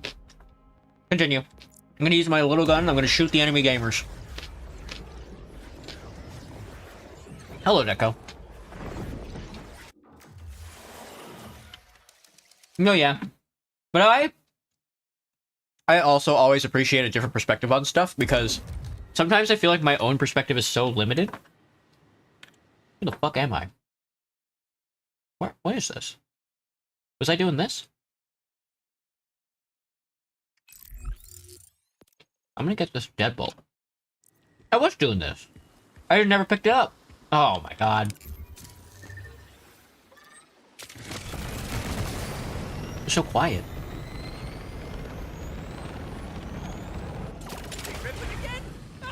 I leveled up.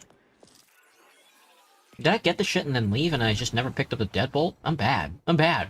I'm bad to the bone. I can't go on, baby doll. Heavenly 7 might be better for me, to be honest with you. Bonus fire damage is funny. Nope, I just... more action skill cooldowns is kind of what I'm gaming for right now. Behold, my dice! Go, my dice! Go, my totems! Kill them with your weapons! This time, I think I'll make all my shots. If I could do it all again, it feels like I wouldn't ask. Am I gonna track the Easter Bunny without carrots? That's so true. Lucky shot! Whoa! Uh-oh. The game sounds so weird. Is it my headphones? Yeah, okay. Ugh. The deadbolt. Where is this deadbolt? It's deadbolt. Gotcha. The audio is being buggy as fuck right now.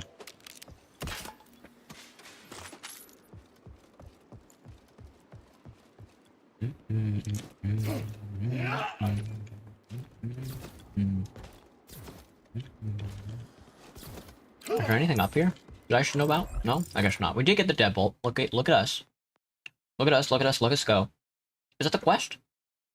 Oh, that's Meat is Murder. Meat is Murder is gonna take me across the planet. But I guess I should do it, huh? I guess it wouldn't hurt. And I don't know how to get into the Augur Mine, so... Where'd my... Oh! I was like, where'd my celery go? I got scared. I got scared. No! I dropped blue cheese on my jacket. In my underwear. I have to lick my own crotch to get the cheese. Fuck. Eh.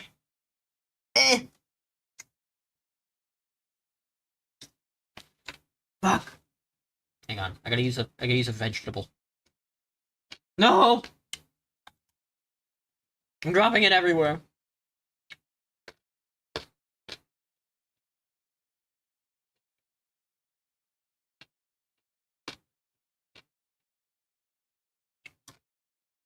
Num num num.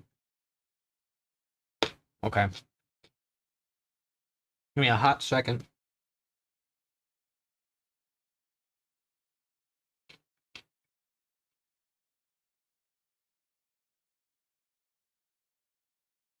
Alright. Let's go. How do I do this? Drive over there? Damn. No teleport, huh? They hate me. Going in for a bot!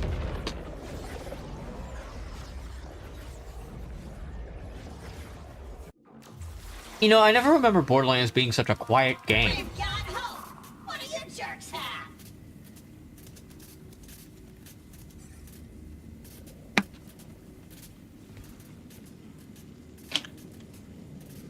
Load him up and let him flip. You're charmed, I'm sure. What's all this fellow? Let's fucking no. Get it out of here, dude. Go. If you got any more Damn, like chill. this, you'll be off with you then. I don't mind.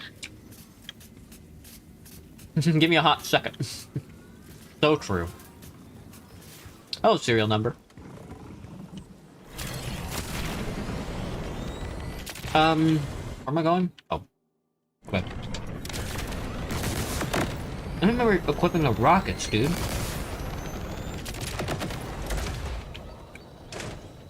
Ow. Alright, what you got for me, Doc? It's What you got for me, unbelievable. Otis? Excuse me, sir.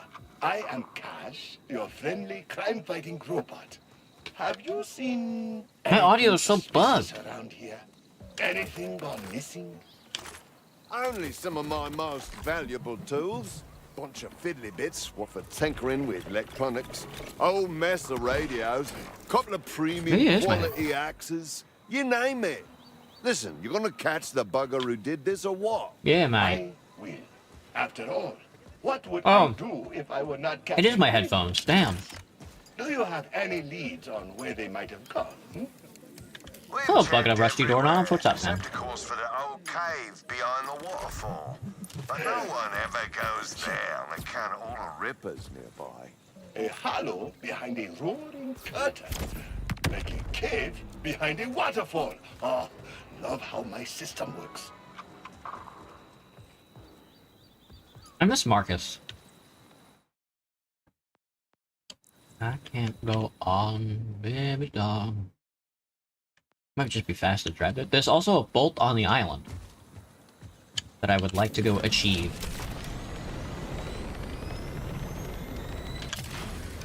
I have just enough Go, my dice! Go, kill them!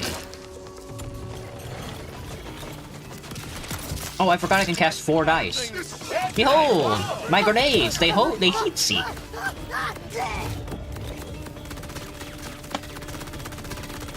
Oh god, that hurt. Your thoughts must have held all your common sins. God damn it! God damn it. Oh. Oh. Oh, speak of the devil. Oh, toilet. Dumb. Ah, Jacob's sniper rifle, huh? I do like the crit ricochet. Oh. Oh, I have to, dude. I have to. It looks like this. How am I not gonna... How am I not gonna use this? Maybe we'll use a different kind of pistol. I don't know, man. Oh, I'm looking for this bolt. Is it in the boat? Oh, here it is. Cat sword.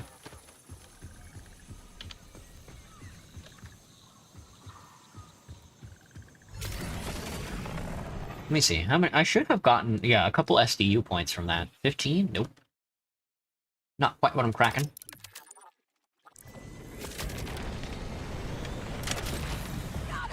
Nice! Perfect for punching! Go, my dice! Go, my dice! That must have done! Oh, chill, girl. Who's shooting? I'm bad. See how you like it. Later!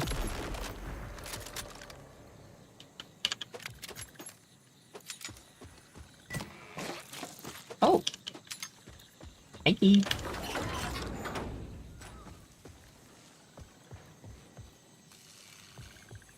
Alright, I ate some of my carrots.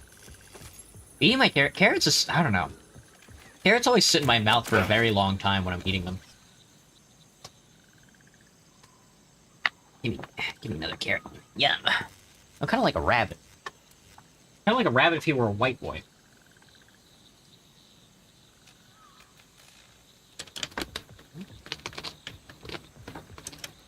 Mm. Mm.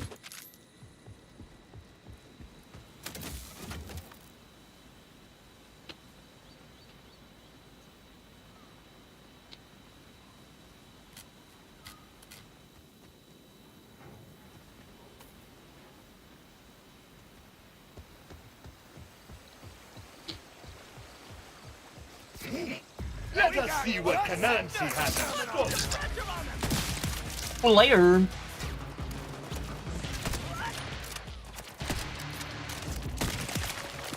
Rolling for Chris.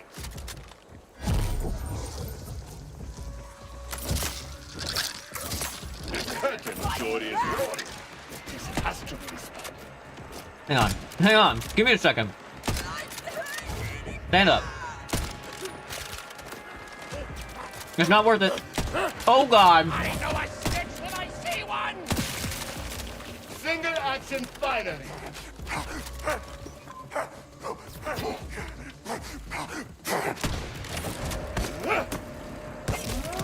Bye.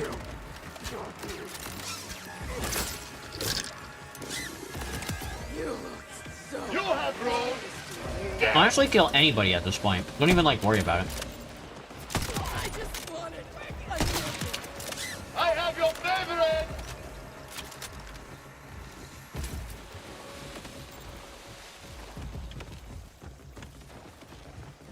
Oh, hell. Oh my god. Might be the worst shooter in the world. Fun! Sprang. Get sprang. Get sprunkled.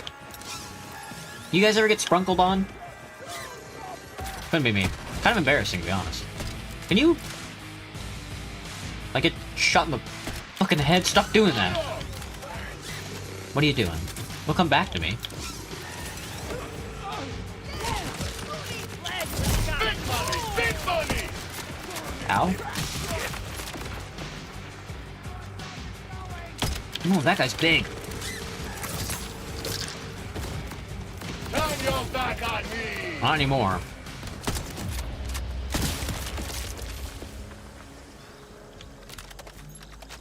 That was scary. Ow. Don't do this to me. Okay, he's gone. God in heaven. Bump, bump, bump, bump, bump. I cannot get Dominic Fike out of my fucking head. Can you guys, like... you guys know anything about trepidation? Can you, like, do that? But to yourself? But to me and your mom? Because I'm sleeping with your mom. Wow. Yeah, I'm sleeping with your mom? I'm not sleeping with your mom, I'm sorry. I didn't mean to be that offensive about it. But I am sleeping with your dad. What the fuck is this? Welcome to Plungeford. The end is a promise. Is near. Curdle the cream. To silence the echo. To waken from dream. From the dream. Embrace the end. Embrace the end. And you're never alone.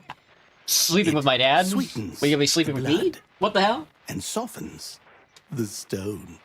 All right, you freak. I put together your clues. The radio, the axe, the waterfall. Put your hands up and no one gets hurt. No one but you. I mean... The sadness. The sickness. No more bad thoughts. No more bitterness. Oh. Forever frozen and free. Forever frozen free. Join me. So, what is on that radio? The first ray of dawn. The Oh. thrill of the flight. Are these the happiest hours of all? Damn. They don't tell you this, but carrots kind of hurt to The eat. hope. in Oh, the I got deep of the guacamole night. today. Innocent faith before the fall. One of my coworkers gave me some bagels, and I can't eat them all before they go stale, so I'm gonna make bagel chips. Of my Yum. sweetest blood. Kill me. Now follow me, and I will show you the flood. A brainwashed victim. But I was so in the mood to dole out some justice. Byron, I killed a psychopath, but I do not think that was the killer. The trail has gone cold.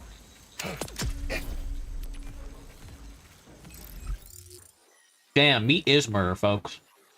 Meat is murder. Is this true?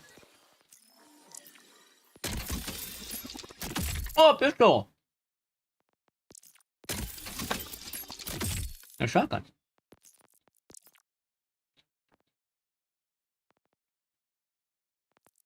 And that can't go on, baby doll. 44? 43. But higher DPS. Really? Damn. Damn. Damn. Was a bagel chip? It's a bagel, but it's chip. It's a bagel, but it's thin. I dip it in stuff. Like a chip. You know what I'm saying? It's kind of like a chip.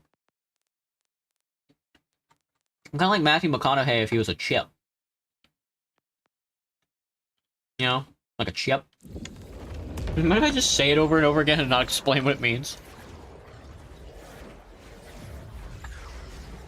Oh god, my mouth is so sore. I haven't eaten a piece of produce in forever. I forgot how long it takes to chew.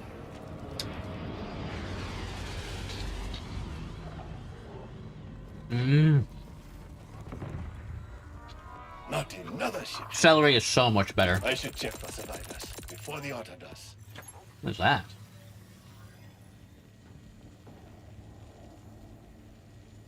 I want to like Day Dallas. I want to. But I can't. They killed my dad.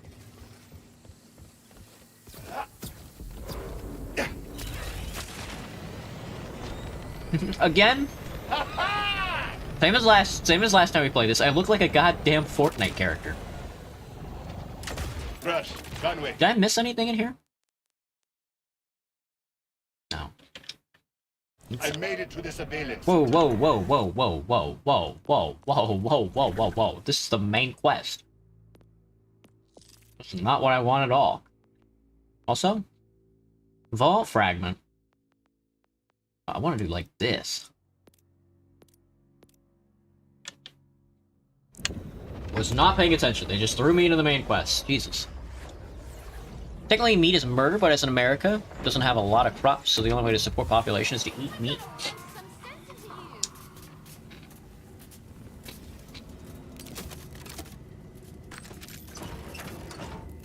It's, kind of like Mongolia. Hey, Alaskan. How's it going? Not too bad. Just eating my dinner. Eating my dinner. Really? You there, citizen. Are you feeling okay, friend? You are, if you will forgive the observation, positively plastered. Yeah? Yeah? I'm feeling like a man. Like a man. Me when I'm inebriated? Like $40. Damn. This super good moonshine. It's not too bad. Hey! You should get you some. Just go talk to that sweet old man right over What's this game about? Gives off Genshin-y vibes? Effectively. there. Like, every modern game is Genshin now. I knew I'd remember. Time to find this sweet old man.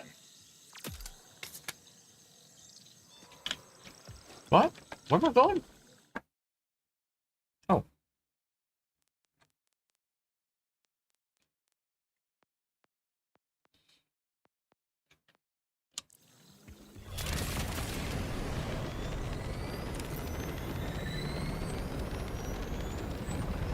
Oh, whoa. Ah.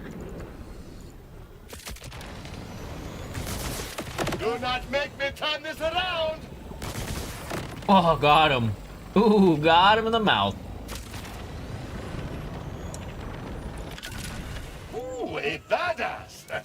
Welcome to the table. What do you mean? What do you mean? What do you mean a badass? What do you mean? Blue. Mr. Moonshiner, no? I apologize if you are Oh, not. tacos. You just look like a moonshiner. Tomato and onion tacos. It depends on who's asking. Are you Not every modern game. Like Fortnite is an absolutely arena-type game. woman I just encountered. Huh? Well, you know. My stuff will do that to you. Old family recipe. I've been trying to sell it, but none of the folks around here can hold their liquor for nothing. No, what I need is a Pappy's helper. The old man's miracle cure takes you from tipsy to tip-top in no time. Got the recipe right here. Mind helping me whip one up? I love being around drunk people. They are the easiest to swindle. What can I do for you? I knew you was all right. Now, first things first is finding fruit on those cliffs over yonder. What? Oh, the fruit.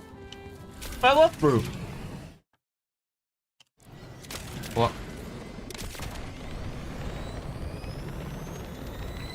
Yeah, I ain't never had much use for the Pappy's helper myself, but Grandpappy used to make it for our weak-livered northern kin. Why would you do all That is a that? simple solution. Well,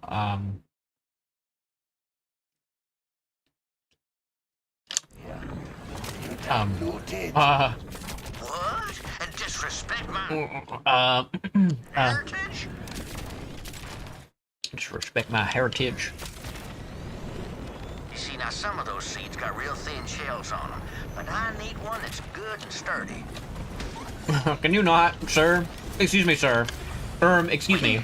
Did I mention the seeds grow inside a special fruit that only grows on cliff sides, and that the local fauna love this fruit enough to kill them that tries to take it?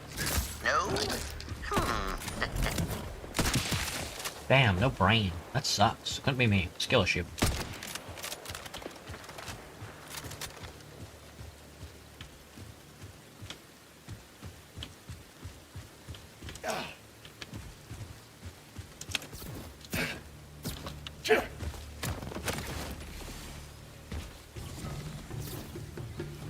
Excuse me. Alright, let's see. I've done this quest before. I don't remember how to do it, though. Ow. There's one. Get that fruit. Ow! Jesus Christ! Hang on. What is your wager? Okay, switch me guns. Jesus.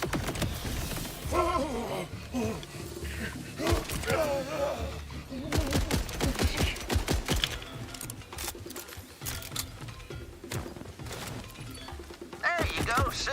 Nothing to it. But yeah, that one's far from fresh. No good for my purposes. Find me another.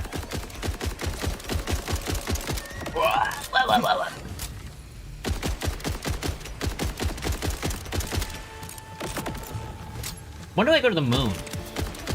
That is the way the dice roll. Damn. What a call out.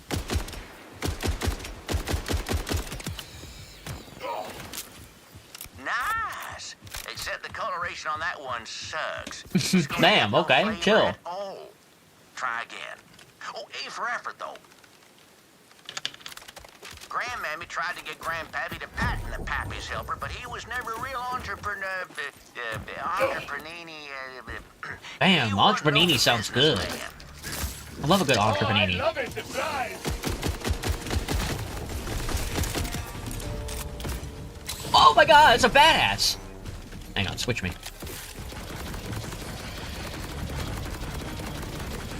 This is not doing it. That's not doing it at all. Give me a pistol. Don't be fucking weird about it, man. What the hell are you doing? Why are you spitting out babies? Good God in heaven. Give me the Glock! Jesus.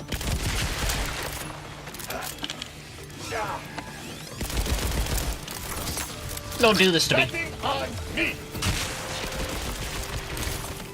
God.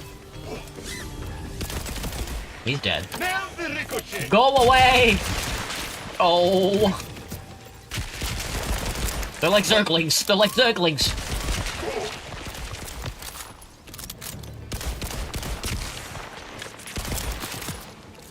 Single action fire. Yeehaw, partner.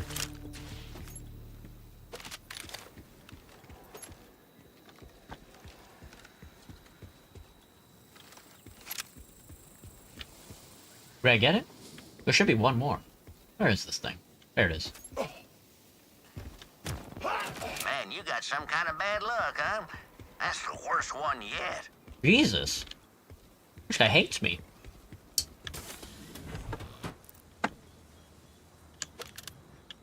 I don't remember where the other one is. I don't want to jump off, though. Could be down there.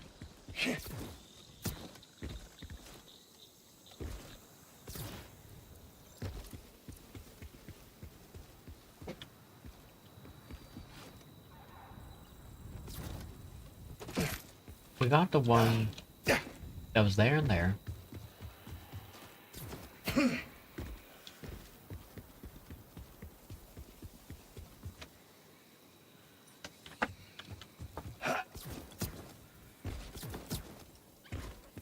I'm thinking it's down there somewhere. Maybe not. Maybe over here?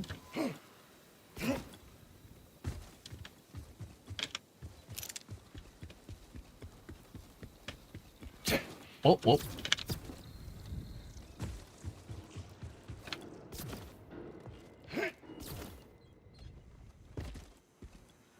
Supposing not.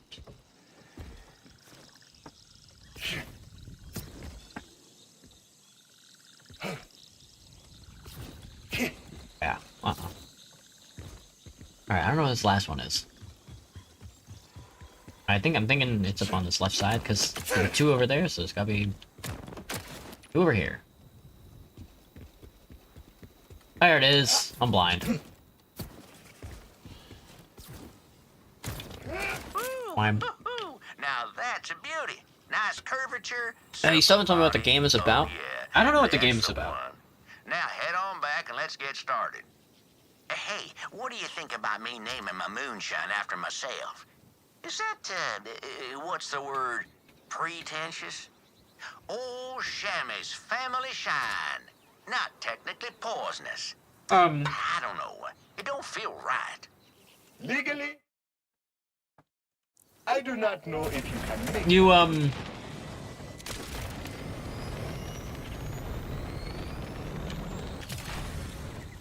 It's a game where you run around shooting at people and they shoot back. The question is, which of you will survive? Now, we don't need the whole fruit, you see. Just its skin. Bust out the fruit and toss it, would you?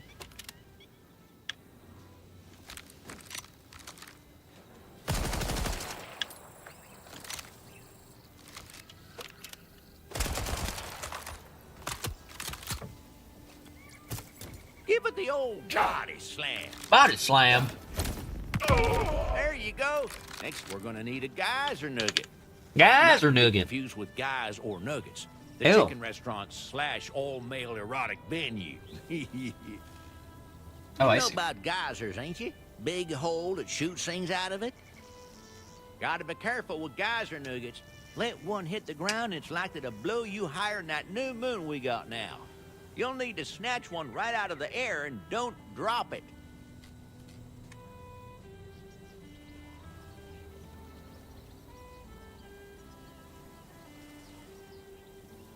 Alright.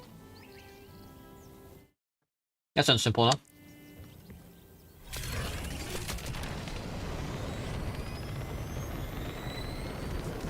The family shine ain't never rightly had a name.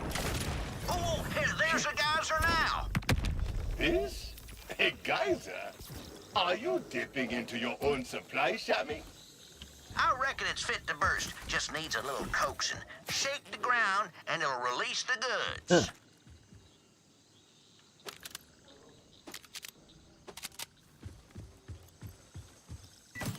Man, let me open this toilet.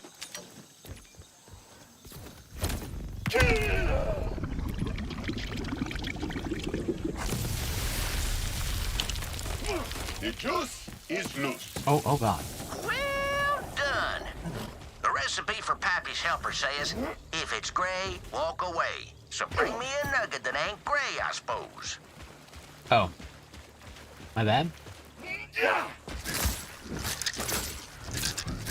Ah, pathetic. How am I? What? I was like, I'm shooting these motherfuckers in the head. Oh, red one. Bring it on back now. Bring it on back now. Unless you want to go all the way back for another anyway. Excuse me.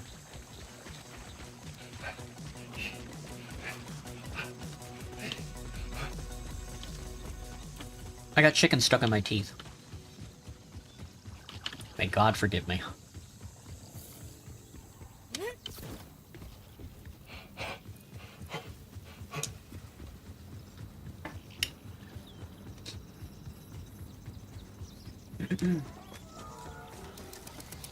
I can't go on, baby, don't. Okie doke. Now, last thing on the menu is a little tricky. We need a scent gland from one of those manglers you'll see gadding about. One of those manglers. Well, go on now. Get at it. I will take care of these tricky scent glands for you, old man. And I will throw in a few extra, too. Free of charge. Pizza? What kind? What kind of pizza?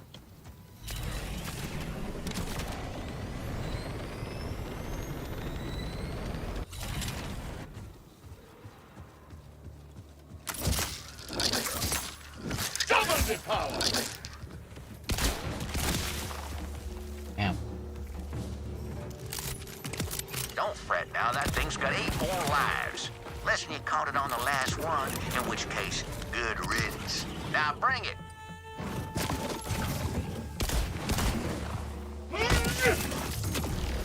Odds have gotten better.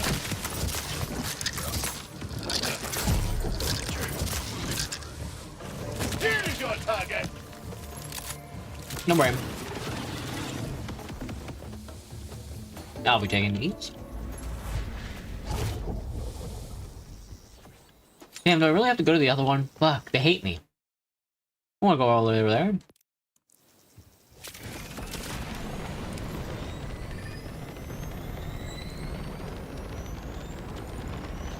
Hey, Ow. I actually like this one.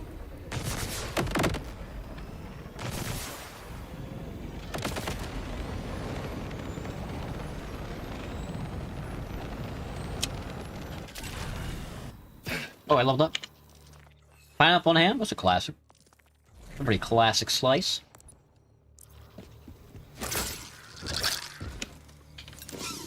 You win some, you trade some.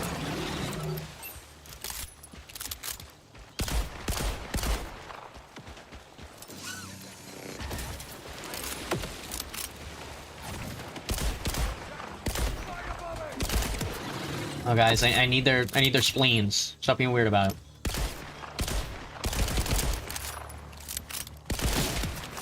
Oh, fuck! You are on top.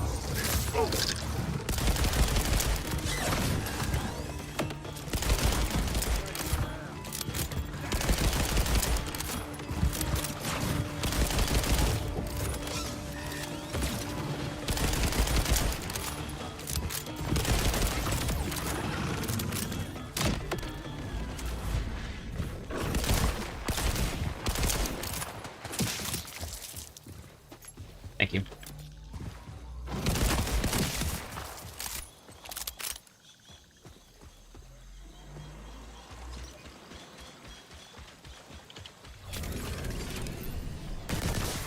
If you scratched her, so help me.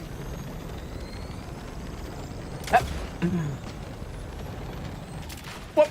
Thrilling. Brilliant there. Okay, now let's get to brewing. Recipe says to mash up the scent gland with the seed. Really get those juices all over the geyser nugget, too. That'll make it stick real good. Good. There we go. That should knock the stink off of pangolin and take it bowling. Not all my charming southern phrases make sense. Let's test it out. Couple Drunks usually post up near the river to get saucy on my shine. Get Make saucy. a hell of a racket. I used to run them off, but drunk as they get off one swig of wasty face. that. Never remember. Right back the next night. Wasn't worth the trouble. Wasty face. Decided to call the stuff Wasty Face, by the way. Catchy, easy to remember, and lets you know exactly what you're getting yourself into. Wasty Face. Get faced. Sure, man. De-spike the beer supply. This is fucked up. Do-do-do-do-do-do-do-do-do. Why would I want to ruin their thing, man? They're chilling. There they are again. Not to speak ill of my customer base, but just look at them idiots. Consorting with rippers, and that ain't even the worst of it. Just look. Every one of them 10 sheets to the wind. And they ain't even cleared a fourth of that. Hey, you done it. Now you gotta shoot a hole in the keg. But not until you get all them drunkards underneath it. I can make a quick announcement with that microphone.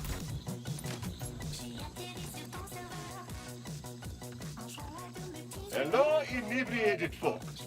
Do you know what is better than a keg stand? A Shiner soak, of course. Gather around. Everyone, gather around.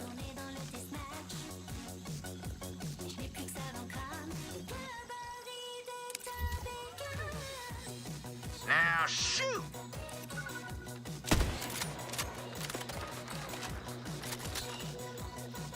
I'm clear-headed, furious, and it's in a fight. Note to self, never sober up a damn riddle. Here's your target. Enough of that. Enough of that slosh psycho. Whoa. Not that slosh. Still good. Ow, ow, ow, ow, ow.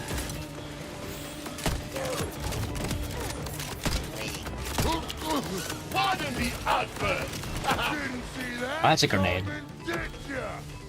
Whoa, whoa, legs. Last time, war pride. Oop, see ya, dude. Give me a second. Now I'll never get to live forever. He's never gonna let the liver in. That's so sad. That was a close one. Now, who needs a drink?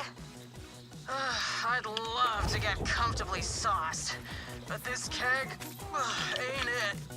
Let's go see what old Sammy's got on offer. Sammy, the majority of your customers were rippers, so I had to take care of them. But the ones with boats are sobered up and ready for another round. Shame to lose paying customers, rippers or no. But you did it, Vault Hunter. When I finally buy me a boat, I'm gonna name it after you. I'm gonna name it after you. What is your name, anyways? You can call me Cash or Grandson. If you need an heir. Need an heir If you need to an heir. carry forward the family grift. I mean, legacy. Consider it done. Hey, I know it's rough out there, so if you ever need to take the edge off, you know where to find me. Oh. Alright. Ooh. Ball card points. Don't mind if I do. Or not. Just kidding. I'm a liar. Alright, I do want to do this. These are some areas I have not explored yet.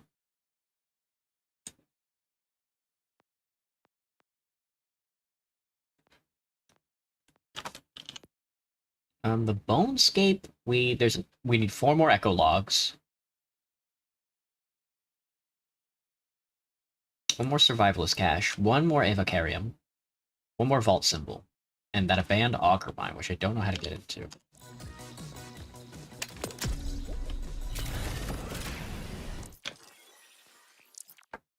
Open sesame. Oh. Blooming Mookie. Mind if I do?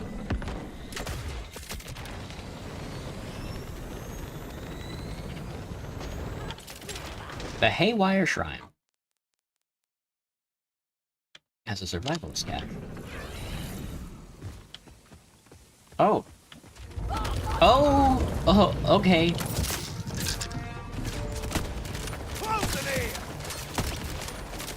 Can we not, lads? Mind the traveler! Damn you!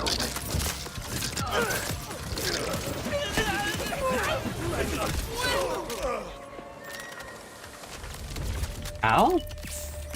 This fucking guy, dude. Draw.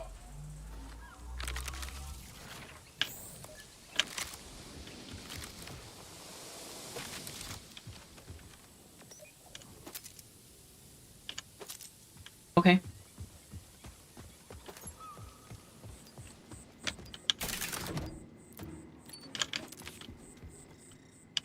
Open. Where is it?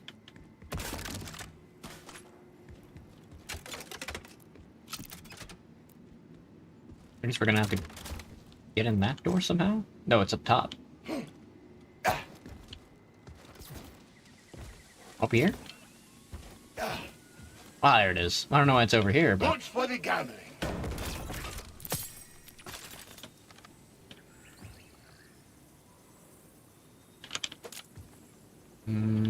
Damn.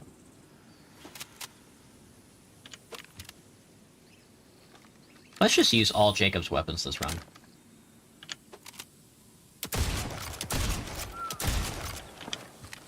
Shotgun could come in handy. Nuke!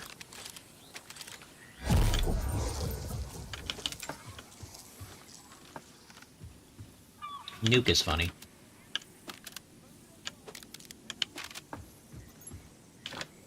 Alright, that's been gathered. Let's go grab this thing.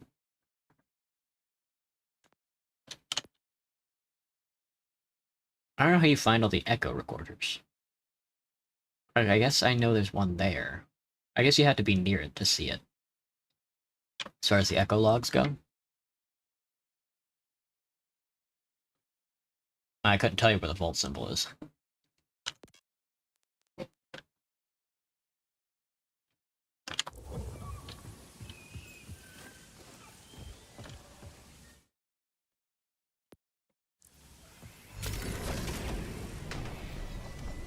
I like the size of your mainframe. Why would he say all that? It's gross.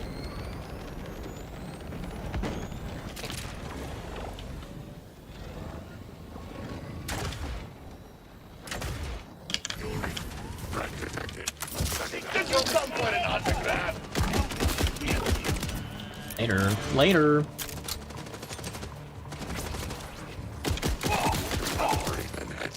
Built for a showdown.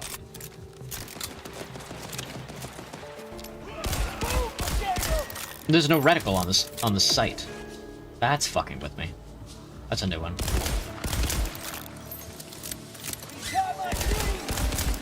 For a while.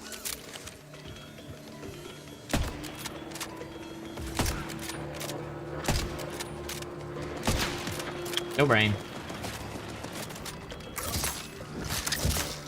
Oh, I love it, surprise.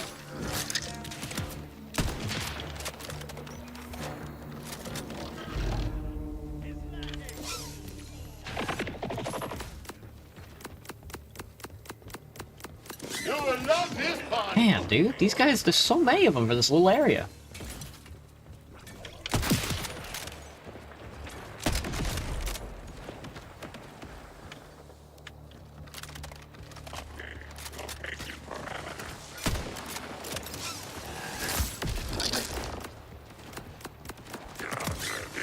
A little recoil never hurt anyone.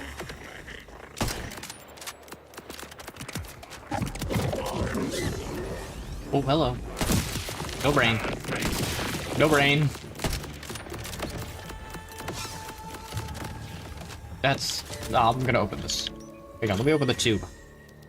Thank you for opening the tube. The best. Might as well only use Jacobs. I don't know. I like the heat-seeking grenade. I don't know. Shooting the body? I was like, what's he doing?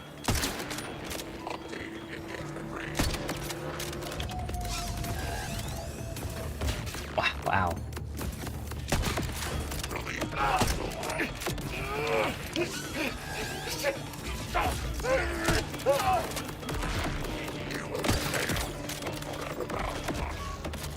You will love this part.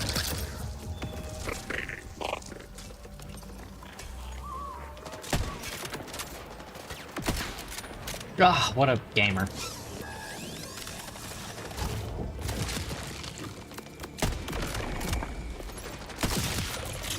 Send as many as you want.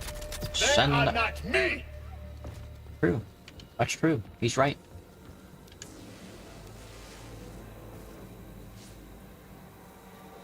I don't remember what I'm supposed to do with these. Shoot them? Go get them? We're none of my business right now. I got stuff I gotta do. I got chests I gotta open.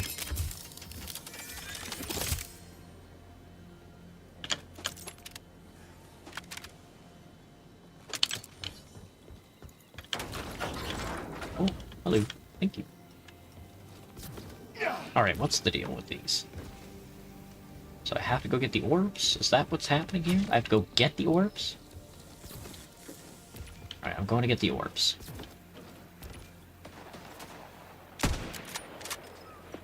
He's the best. Do have to get the orbs.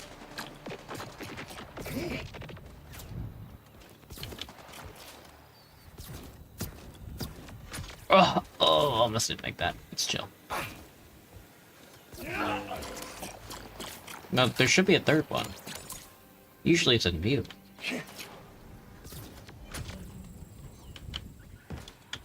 Can't even begin to imagine where it could possibly be, though.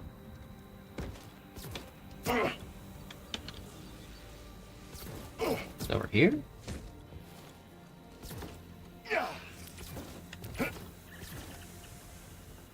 Down? What? What?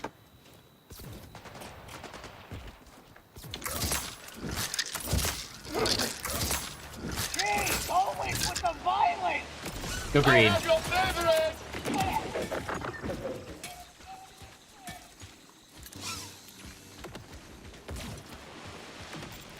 Where is this one? Is that how I look from that angle? Ah, fantastic! What? What? What does that even mean, dude? It's like underground. How do we even... How do I even think about getting there?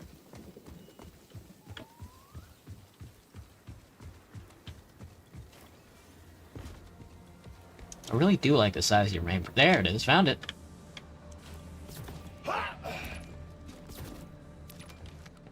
Thought he could hide from me. Couldn't hide from me. Oh, I haven't unlocked Heavy Ordnance, have I? I have not unlocked all the other stuff that goes into this game. I forgot about Heavy Ordnance. I wonder if Jacobs has something like that. No, they use knives. They got the knife shooter. Don't go My crazy. name is Nereid, and I am Many many things. things. A protector, a sister, a siren. But above all else, right now, I'm lost. I can only hope that by looking back on the circumstances of my arrival, I might find some clue that will lead to my escape. It started, as these mysteries so often do, with a vault. I can only hope it will end differently.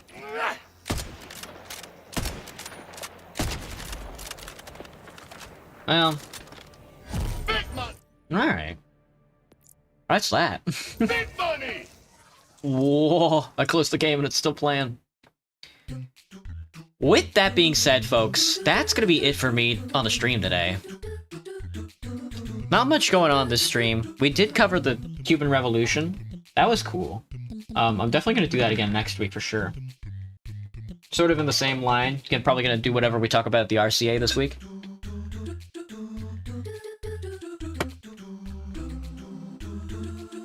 But I'm gonna dip. I'm gonna go get some dessert, and then I'm gonna go to sleep, and then go to work tomorrow. Alright, everybody. Have a good night.